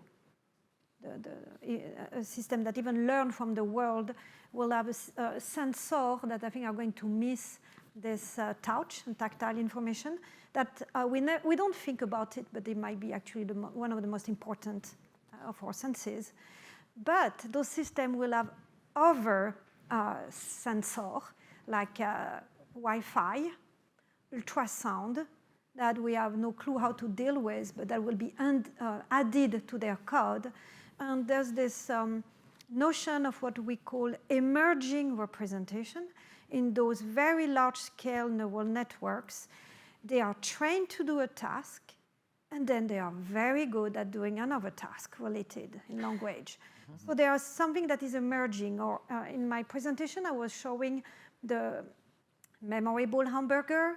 You know what? What emerged, it was also tasty. It had cheese. It was round. It felt well cooked enough. So those are a collection of properties that we call emerging representation in those networks that come for free when those networks learn on billion of examples and have billion to trillion of connection. So it's going to really be a philosophical adventure to understand the representation of those models. Mm-hmm. Because it's not going to be like us. It's going to be a journey.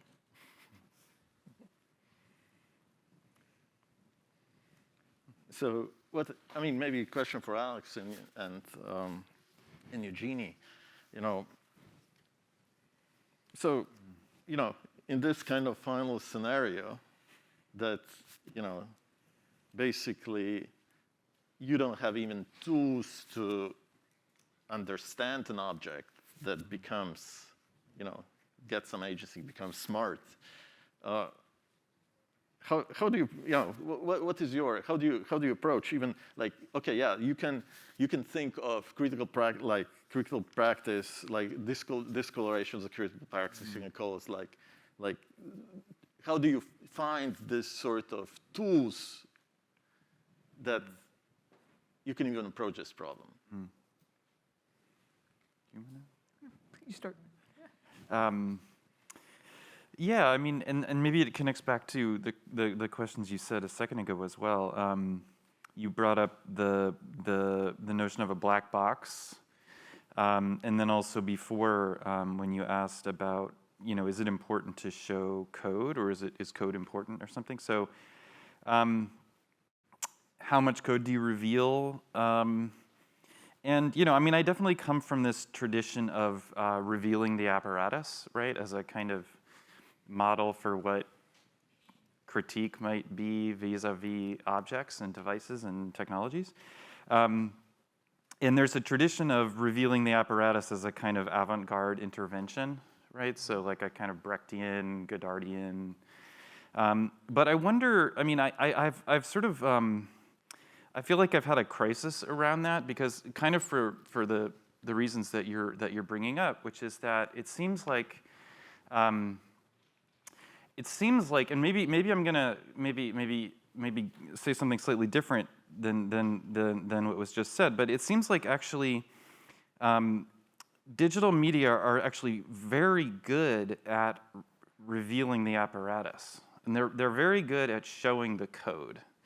And I mean this just in like a very simple sense. Like if you are in front of a laptop, you're seeing a lot of what cinema scholars would refer to as non-diegetic elements. You're seeing tons of them all day long, right? And in classic Hollywood film form, you're not supposed to reveal the apparatus, or you can reveal it in very, very coded ways, right? And so, in other words, the non-diegetic components are supposed to be sewn in this kind of hermetic sense, and then a lot of them are just not, you're not even supposed to show them at all. So it's very weird. Like if you play a video game, you're just interacting with code all the time, Some games, the screen is like 50% alphanumeric symbols, and so that strikes me as very interesting. It's like a historical change. So how do we correlate that with this thing, the black box, which I agree is like one of the single most important technical structures for the world we live in right now? And my response would be, yes, a black box is about obfuscation, and computer scientists use that word in a like judgmental sense. Like they're like, yeah, it's good. We obscure functionality. That's what we do. But at the same time, they reveal an interface. And so that might be the site, to answer your question, that may be the site where the black box actually reveals as much, maybe not as much, but it does a gesture of revealing that's highly codified and super symbolic and semiotic and about function. And at the same time, it is masking over and naturalizing and obscuring and all the things, doing all the things that if you study critique or critical theory are like the bad things to do. So I don't know, I'm sure Jeannie has a lot to say about that because I know we have like maybe similar overlap interests in some of those things.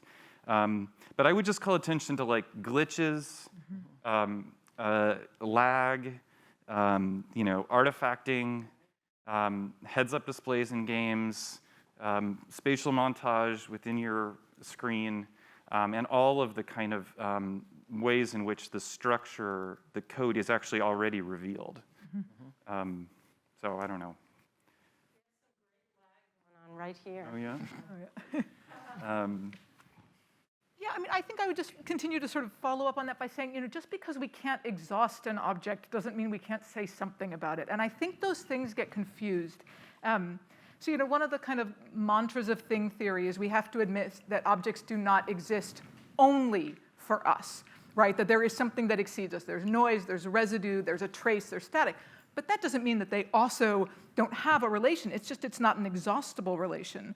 And I think where I get really nervous are critical models that seem to suggest that we, in fact, cannot say anything about that because of that excess, that residue and noise. But something like the Godard goodbye to language that you showed, I mean, what is the framing of static except this kind of like compulsion to produce extra language in order to read the problem of static? One of my favorite lines by Maurice Blanchot is that the writer is always held by the double bind in which he's not free to express nothing without positively expressing the fact that he's expressing nothing, right? Good to say goodbye to language, all we do is produce this profusion of static and noise that is a kind of blank field for compelling a kind of infinite production of language as people try to read sort of what Godard means. And so I think I would simply say that it demands a critical model that's more provisional, more strategic, more contingent, more flexible, that is sort of more comfortable with incompleteness as a critical project, which we're not good at in our kind of like, epistemological systems, but that then could maybe start to account for the way that even if objects don't only or fully exist for us, there nevertheless is a kind of momentary relation that could be articulated or discorrelated by way of trying to produce new questions. It just is a very different kind of model than the kind of like metaphysical systems that we were sort of historically employing quite rigorously to kind of shut things down. It has to then be a kind of Deleuzian model of just infinite opening up of local and particular and contingent problems. If I may add something here, I was really struck by something you said in your commentary, which is the structure uses us. And this is maybe so true in the future, where if you imagine that with the Internet of Things, many devices are going to communicate around. So there are like the chair will know if you want to have it warmer or colder. So all those devices, so those are the structure that are going to use us or react to us. And those could be in the real world, but also in the virtual world, which then change the way that we are the product if the structure has this impact on us. And that will be like a change in the reality and the virtual world that we really have to think of, because it's something looming on us. And I don't like it. Yeah, because it's also this notion of unsupervised learning, right? Yeah. That in a way, a thing, basically,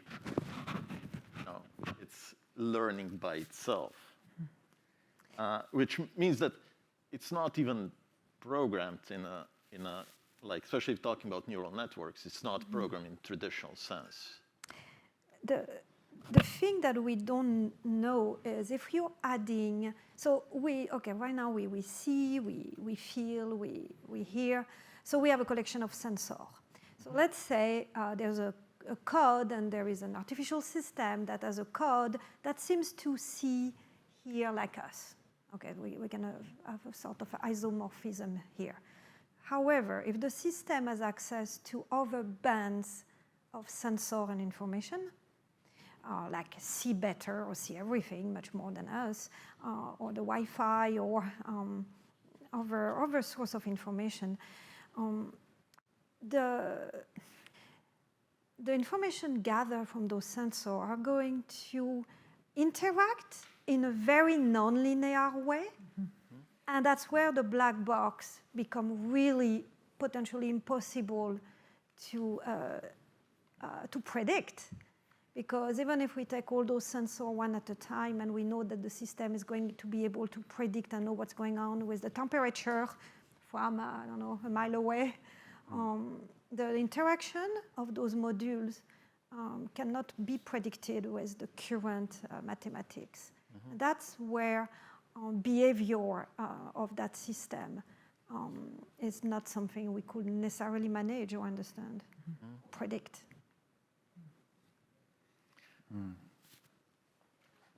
And Rachel, on your, this notion of unpredictability, I think, especially in a couple of your projects, plays kind of a nice role, I think. In a way, especially, in the way the project develops, or in the way that the project kind of changes with use. Can you talk a little about this? How do you perceive this? Is this something that really interests you? Is it something that you want to build further? Or can you just talk a little bit about it? You're talking about the piece that acts like a simulation, but the viewer is the arbiter. Like the viewer is the chance. That's like the way that. Again, it's really project specific.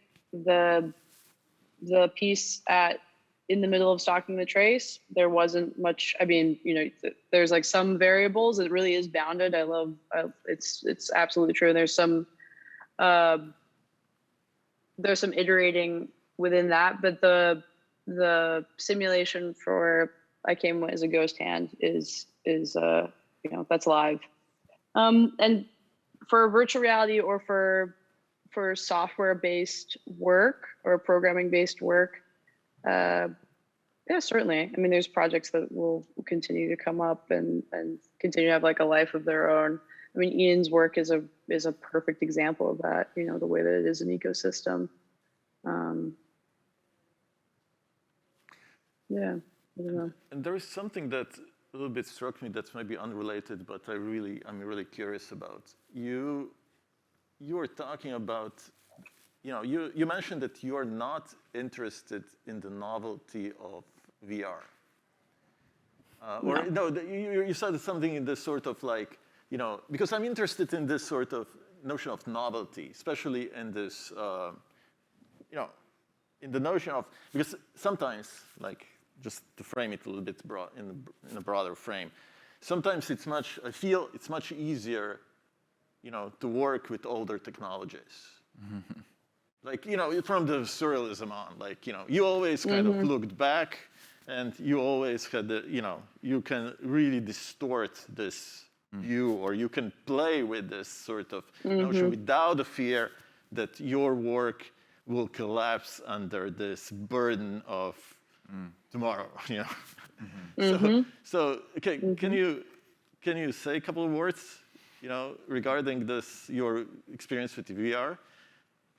So that's just a type of fidelity to my own, so what I'm interested in as an artist. And I grew up programming, and so it's like I started working on DOS when I was 4, so I really just feel like this primary language, and so I've been working in virtual spaces for a very, very long time, so it feels extremely native. But as soon as virtual reality became accessible, I I kept asking myself, could I make this in another medium? Like, could I make this work in another medium? And that's always like, when it comes to things that contain that novelty, or like that belongs sort of in the area, like, you know the work when it feels hollow. It's like when you see the work that's like, where it's fetishizing technology or novelty, and it belongs a little bit more in like a tech expo context, and it's lacking substance. It's like, because I know that that I have this like that sort of like nerd part of me that wants to that goes towards those things. It's like I do get excited about novelty, and so for my own the integrity of my own practice, I have to ask myself, it's like, can I make this another medium? And man mass was one of those things where I was really resistant for a long time with the curator of that commission to make something that was in video. And she was like, well, it's because of accessibility. And I was like, there's nothing I could make. It's like, because you need a frame, right? It's like you need a frame in order to tell the story. And so for virtual reality, if you're not discussing the viewer's lack of frame, then it doesn't make any sense. And so then I found this format, and then her and I worked together. And that's, it's like, I'm fairly happy with the results. But that's the question. It's like, can it exist in any other medium? Yeah, should we maybe open to the questions from the audience?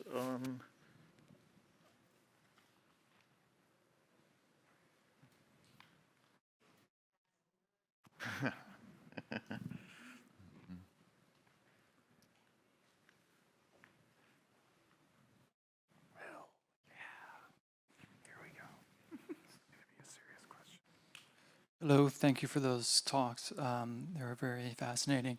I was curious if we could go back to the notion of starting with discorrelation, because I think that sparked some interest across the panel, and it's a proposition that I feel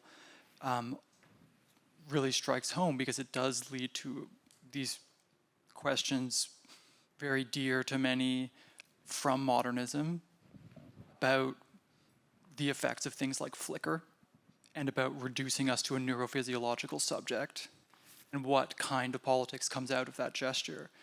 But I also sense you resisting that reading of discorrelation, Alex, and trying to discover something else inside of it. So are we learning something about computing by starting with this discorrelation?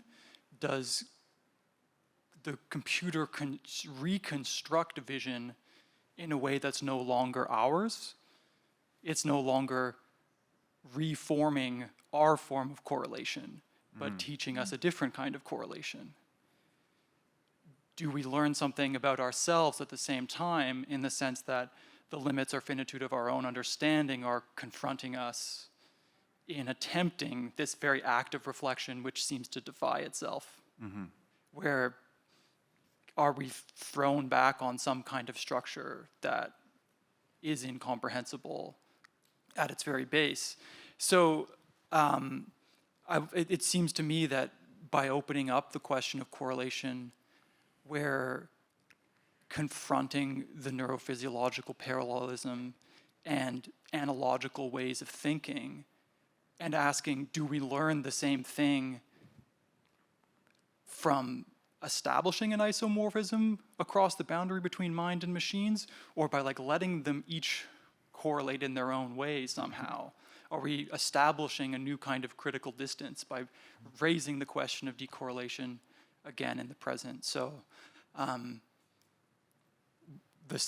just to rephrase again as a simple question, what did this provocation of Alex's of to begin with decorrelation spark for you as a thought when you were hearing about it?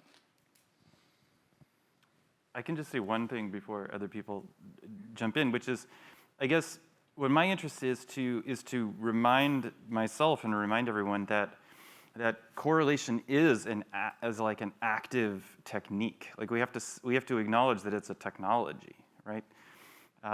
Coherence is a technology. Decision and distinction are technologies. And I don't know, maybe that's obvious to you if I say that, maybe it's not obvious to you, but that to me is really crucial. And mostly because like there's a lot of, I don't know, I think there's just a lot of us, let me just say there's a lot of times when those things are just naturalized and assumed to not, to just be like a neutral part of the fabric of experience or knowledge or something. So that's the one suggestion I would make. Yeah, if I may, an intervention. So first, in a machine learning model, if it has really a lot of examples, pairs of examples, like the ball fall on the ground and bounce, so 2 or 3 activities together, but really billion of examples, trillion of parameters.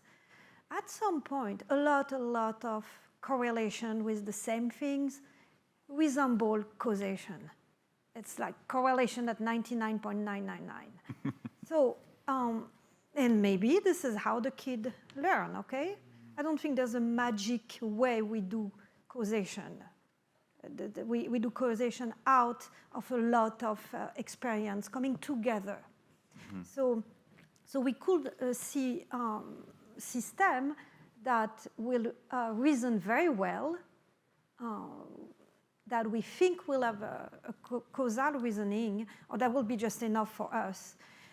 But the way they arrive to that reasoning may be very different, and I think that will be very important for us to learn about another species of intelligence. Like we learn a lot from the dolphin, the way they communicate. Well, now there's just going to be other system that with those different sensors are going to teach us new things. And it's known that for the system that are based on what we call reinforcement learning, used for game, many types of game, well, those systems will find new solution that people do not think of. And they'll say, oh, that's a smart solution. Well, it's just a different way to come to this output.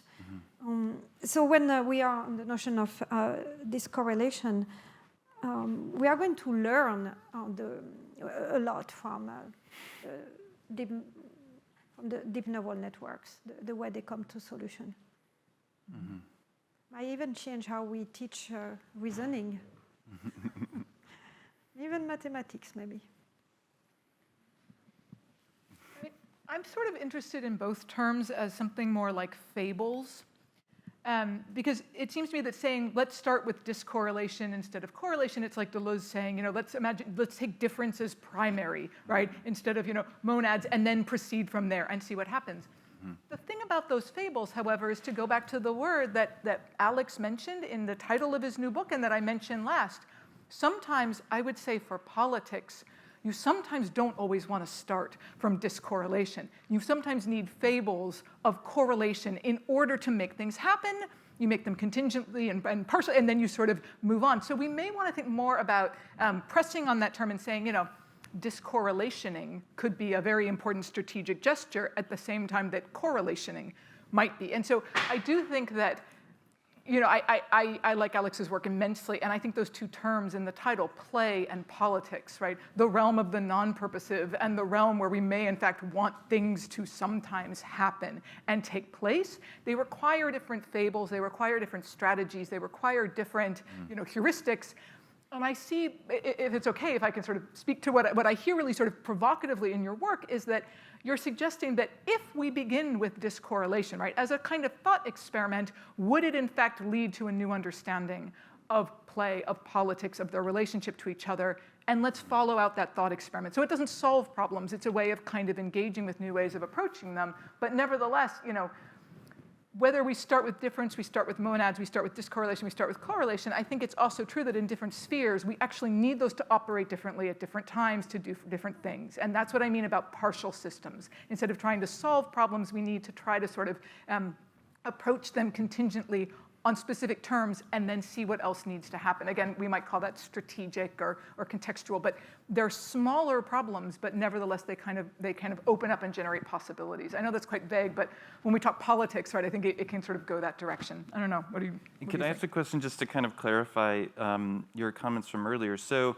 I really like these pairs that you proposed, mythology, topology, meaning mapping, but do I understand, I mean, are you saying then that, because it sounds like you kind of actually want to bring back some of the things that were maybe like if that's a narrative, which I think is probably the case or something, is it true that you want to sort of bring back the mythology term, the meaning term? Is that accurate, or?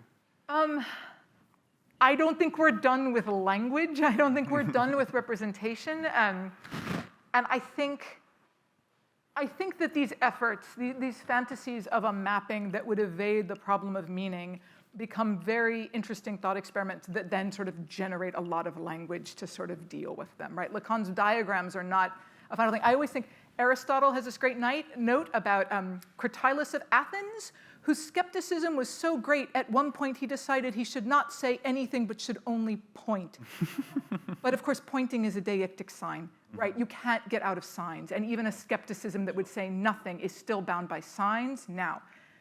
So to me, that's the correlationist problem, right? They can't get out of language. So I don't want to bring back meaning, but I wouldn't want to also say that mapping gets us to some pure state of like immediacy.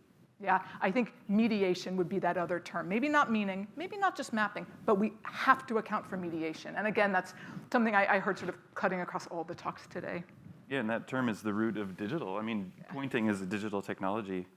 And I wonder if maybe if Judith Berry's still on the line, we could go back to like a notion of like Winnicott causality, right? Like sort of good enough causality that may be the best place that this more emergent, empirical, inductive path can bring us to. Because the alternative, it might be meaning or, you know, but it's basically a more, let's just call it what it is. It's a more metaphysical view of the world, right? And it seems like very few people want to sign on to that. I mean, maybe in some ways, but I think that puts in maybe more stark relief what the stakes are for why we're in this other mode.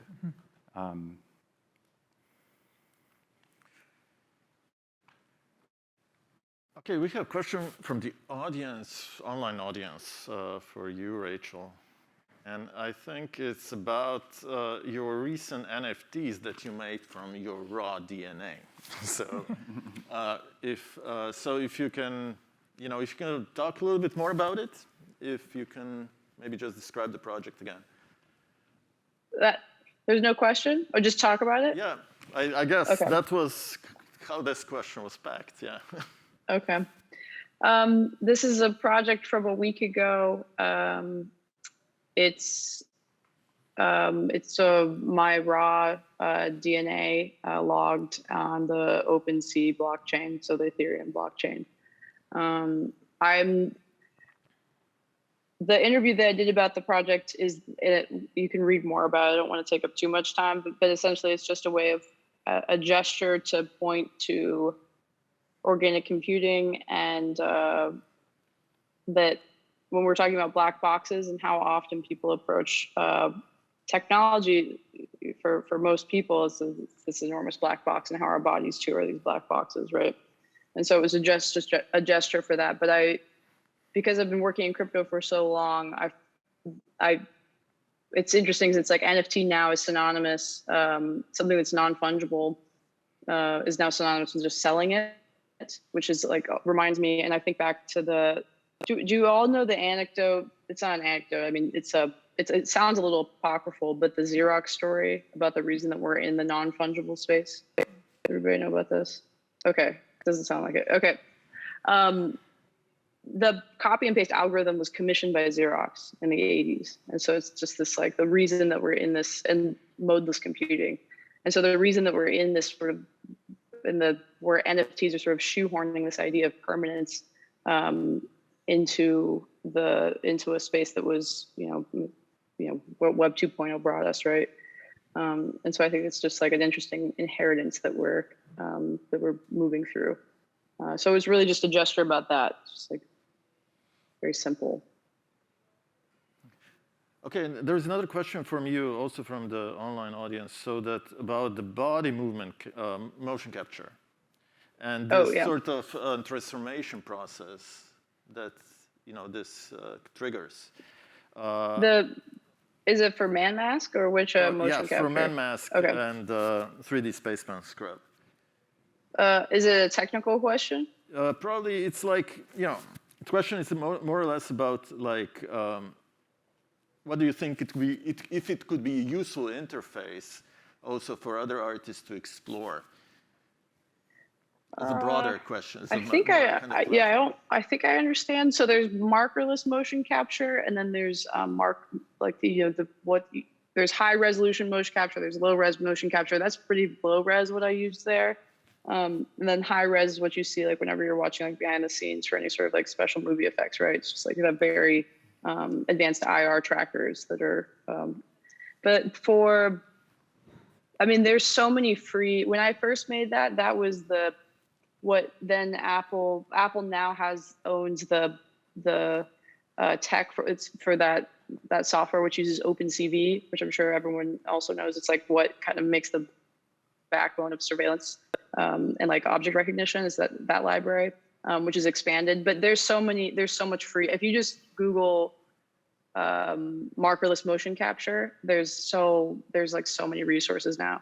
When I first made that, it was like a desert, but now it's like really, really easy. So I encourage anybody. There's a software called Rachael also, which is really great. And what's nice about that, even for interfaces, although this isn't so, but I am looking forward to like eye tracking, which will be like a lot, that'll make things a lot easier. Now I lost the train of thought. There was something else there. Anyways, I don't know.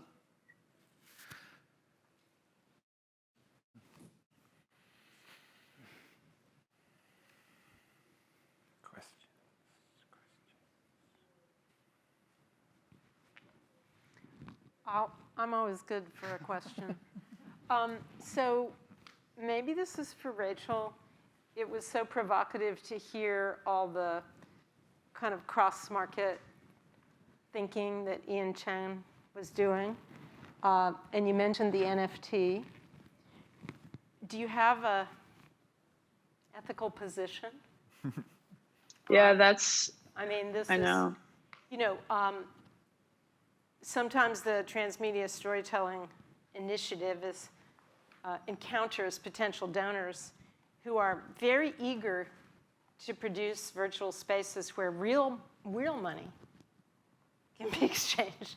Anyway, so I just wondered how you position yourself as an artist with so many channels of communication, and whether you have a kind of ethical consideration about what art can, or maybe a normative consideration about what art should do in this space, which is so rapidly being monetized. Yeah, I would love an answer from everybody on this, but I can go first. I said this in the interview, so I want to sort of tread lightly, because I know that this has changed a lot of people's lives, especially being able to sell their work. And I'm an artist that is very privileged in that I'm able to live off of my work. And so, but I have not made a lot of NFTs because it's sort of one of the least interesting things for me is about making art is this sort of like direct to consumer attitude that's like that I find that's coming up a lot in these conversations where everybody's really excited about making a bunch of money. Now that's going to change, and I'm glad that there are also there's a lot of voices around the carbon, just like the conversation around like blockchain and that did seem to discourage a lot of people to go too crazy. But it is like it's a little bit strange to kind of watch this thing that feels like a Ponzi scheme or really a pyramid scheme where everybody's sort of buying in, expecting things to sell. But I've been pretty detached from it, honestly, because of that. Like, I'm more interested in making things than thinking about like directly selling them. And that's just my own, it's just like what I'm comfortable with, right? It's like I'd rather just be making things and like thinking about making gifts. Not that gifts aren't things, but that's just like, I don't like make this gift to like then sell it. It's not very fun. I don't know. But maybe I don't know. What do other people think? Yeah, that's great, and I might even just direct it next at Aude, because in her domain, the monetization is often the point.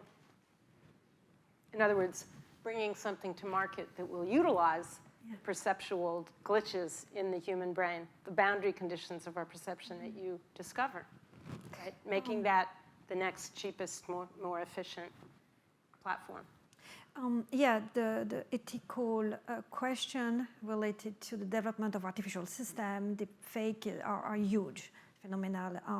And we all, researchers as well as in academia, as well as people in industry, need actually to think what we put out there. So one first thing is if somebody build literally a system that creates images or video of a certain type, it's his or her responsibility to create the antidote, making sure that there's a method to detect what's going on. The second thing is if the system, we should be able to audit the system. So we have those large language model, they are black box, and that's a problem. So metrics needs to be developed, so we basically can trace back the decision that the system has taken. Those methods, many people think of starting developing them, but it will take a while. You need toolbox. You need literally to do surgery on a new system, and every single of them is a new species, so you need to develop those toolbox. The further things that might be one of the easiest things to do, still challenging, is those systems learn like a kid. So they need to be taught well. So we don't know what it means to teach well a system, even a system that will produce memorable image, so that it produces something that is still... So those are three principles, and people are coming up with many others. At least being aware of that is the first step.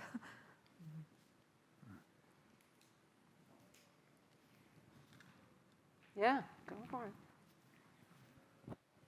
Might take a while for me to put it together, but I think in both the good old-fashioned like cybernetic AI and also like the new variations of it, there is this notion of constructing truth, like not necessarily the truth itself, but constructing methodology and processes towards the truth, which interestingly, when Tobias mentioned this idea of how much do we reveal from an object, how much code do we reveal, and Eugenie responded, even though we are not exposed to the full truth of an object, we are still learning something from it, which still has this extension of we projecting this construction of truth towards this. How much the notion that Mr. Galloway mentioned about decorrelation could eventually not create a variation of this constructing of the truth, but actually a truth of itself, the point that these decorrelated objects start having their own agency and communication to each other without us even feel the necessity of projecting our own construction of truth. So how much this could create that kind of intelligence in the opposite side of how we were aiming for the past, like 100 years, to create that construction of truth based on ourselves. Yeah. Yeah, I mean, I think that's the world that we live in. Yeah, that world of sort of inductive, constructed, you know, and it's affected all like far-flung disciplines, you know. So even thinking about what it means to think. There's a lot of things happening in media studies now about sort of like distributed cognition. In philosophy, panpsychism has even made a comeback, which is kind of shocking. And so yeah, I mean, I think if your question is that possible, I would say, yeah, it's totally possible. And, tons of people are working on that stuff right now. And maybe the fault of the kind of good old-fashioned era was to assume that, or maybe just kind of be oblivious to that option, right? Because I think that era wasn't about constructing truth. It was about, that truth was not an emergent effect, but no, you started with the logical principles, right? Like you started with axioms, which were intuitively true or whatever, and then you had transformation rules, and that was it, right? So I don't have a profound answer for like why that change happened, but it seems that we're absolutely in a kind of correlation era of I said like David Hume won, right? Like the skeptical empirical, which is super Anglo-American, but we can have another conversation about that. I mean, that tradition really, really went out. So if you're a Platonist, like, sorry,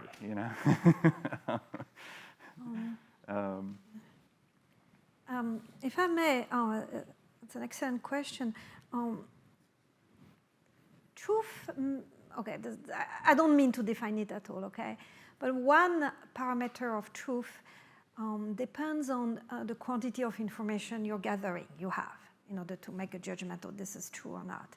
So right now, I suppose all of us, we have sight. We can see each other. But if there was a blind person in the room that will be listening to us, she will hear the world in a very different way than us. A representation of space will be very, very different. And if something comes up, a sound somewhere, we may all point to the top left, and she will be the only one to know the truth because she has the higher sensibility to detect sound and how they travel.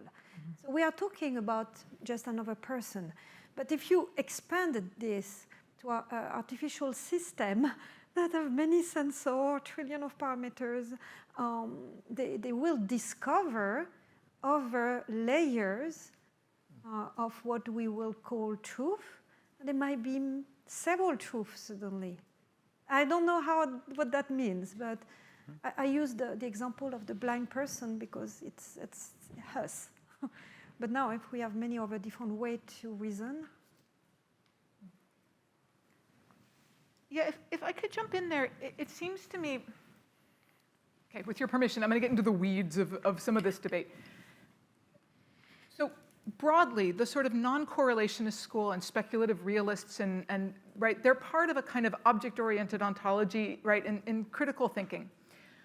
One of the things that's interesting is that is an ontology, but the language that we've been using quite a bit today has been the language of ethics, the language of aesthetics. Those things are dealing with different truth procedures, right? They have different systems and different questions. So one of the interesting things, because I love it when critical theorists fight, that's when you really see what's at stake, right? One of the great fights in my world right now is between relational ontology and object-oriented ontology. So relational ontology would be like feminists like Jane Bennett, political theorists who say we have to thicken our concept of relation, and I have a relation to material, I have a relation to architecture, to stone, to the Anthropocene, to light, but also to ants and to children, right? We need to thicken our concept of relation to include things like matter and animals and stone. And object-oriented ontology says we should never reduce an object to the question of relation, right? To do that is to absolutely destroy the uniqueness of objects, right? We should not be thickening relation. We should just admit that objects don't fully exist for us, and we should not try to account for relation because it's an object-oriented ontology, which is to say it's bracketing a lot of the questions we're asking about ethics and politics and also aesthetic delight and joy and things like that. So if relational ontology is really an ethics of being in the world in a more capacious sense, and object-oriented ontology is saying, damn it, let me be an ontology, don't keep sliding me into an ethics and a politics, to me the other question then is what about that other term? What about aesthetics? Which is a term that often poses its own truth procedures and puts pressure on ontologies and ethics and politics. And so I think one of the reasons this discussion is going in so many ways is that those systems are not asking the same questions or using terms in the same way, but it's in those nodal points of friction, it's in those strange encounters that something starts to happen. And I always still believe that the realm of aesthetics, which is why I said, I don't want to go back to meaning, but I don't want to just talk mapping. I do think mediation can get us somewhere. Aesthetics, to me, is the realm that poses those as problems of truth, that puts sort of pressure on them in unique ways, but without being bound to the kind of historical density of what terms like ethics or ontology sort of inherit. Yeah. It's a doozy. We have about 3 minutes. You want to wrap up? Yeah. Summarize? Do you want to magisterially sew it up? No, it's been a pleasure. I mean, like, I'm always surprised how these different positions come together, even though today I'm on the artist side with Rachel, so struggling towards, conclusion. But yes, thank you very much for your thoughts and your finally presence in person.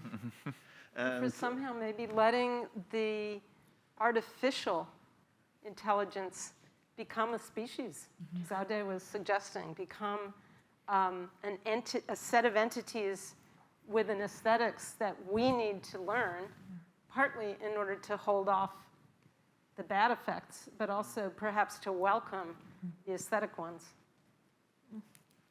You're here. Here's the conclusion. Thank you so much. Amazing. Thank you, Tobias. So bring up your yoga apps. Everybody needs to stretch and move the meat machines. And we come back at 5 for the amazing plenary with Douglas Trumbull and Nicholas DiMancio. Thank you so much. That was fantastic. Really amazing.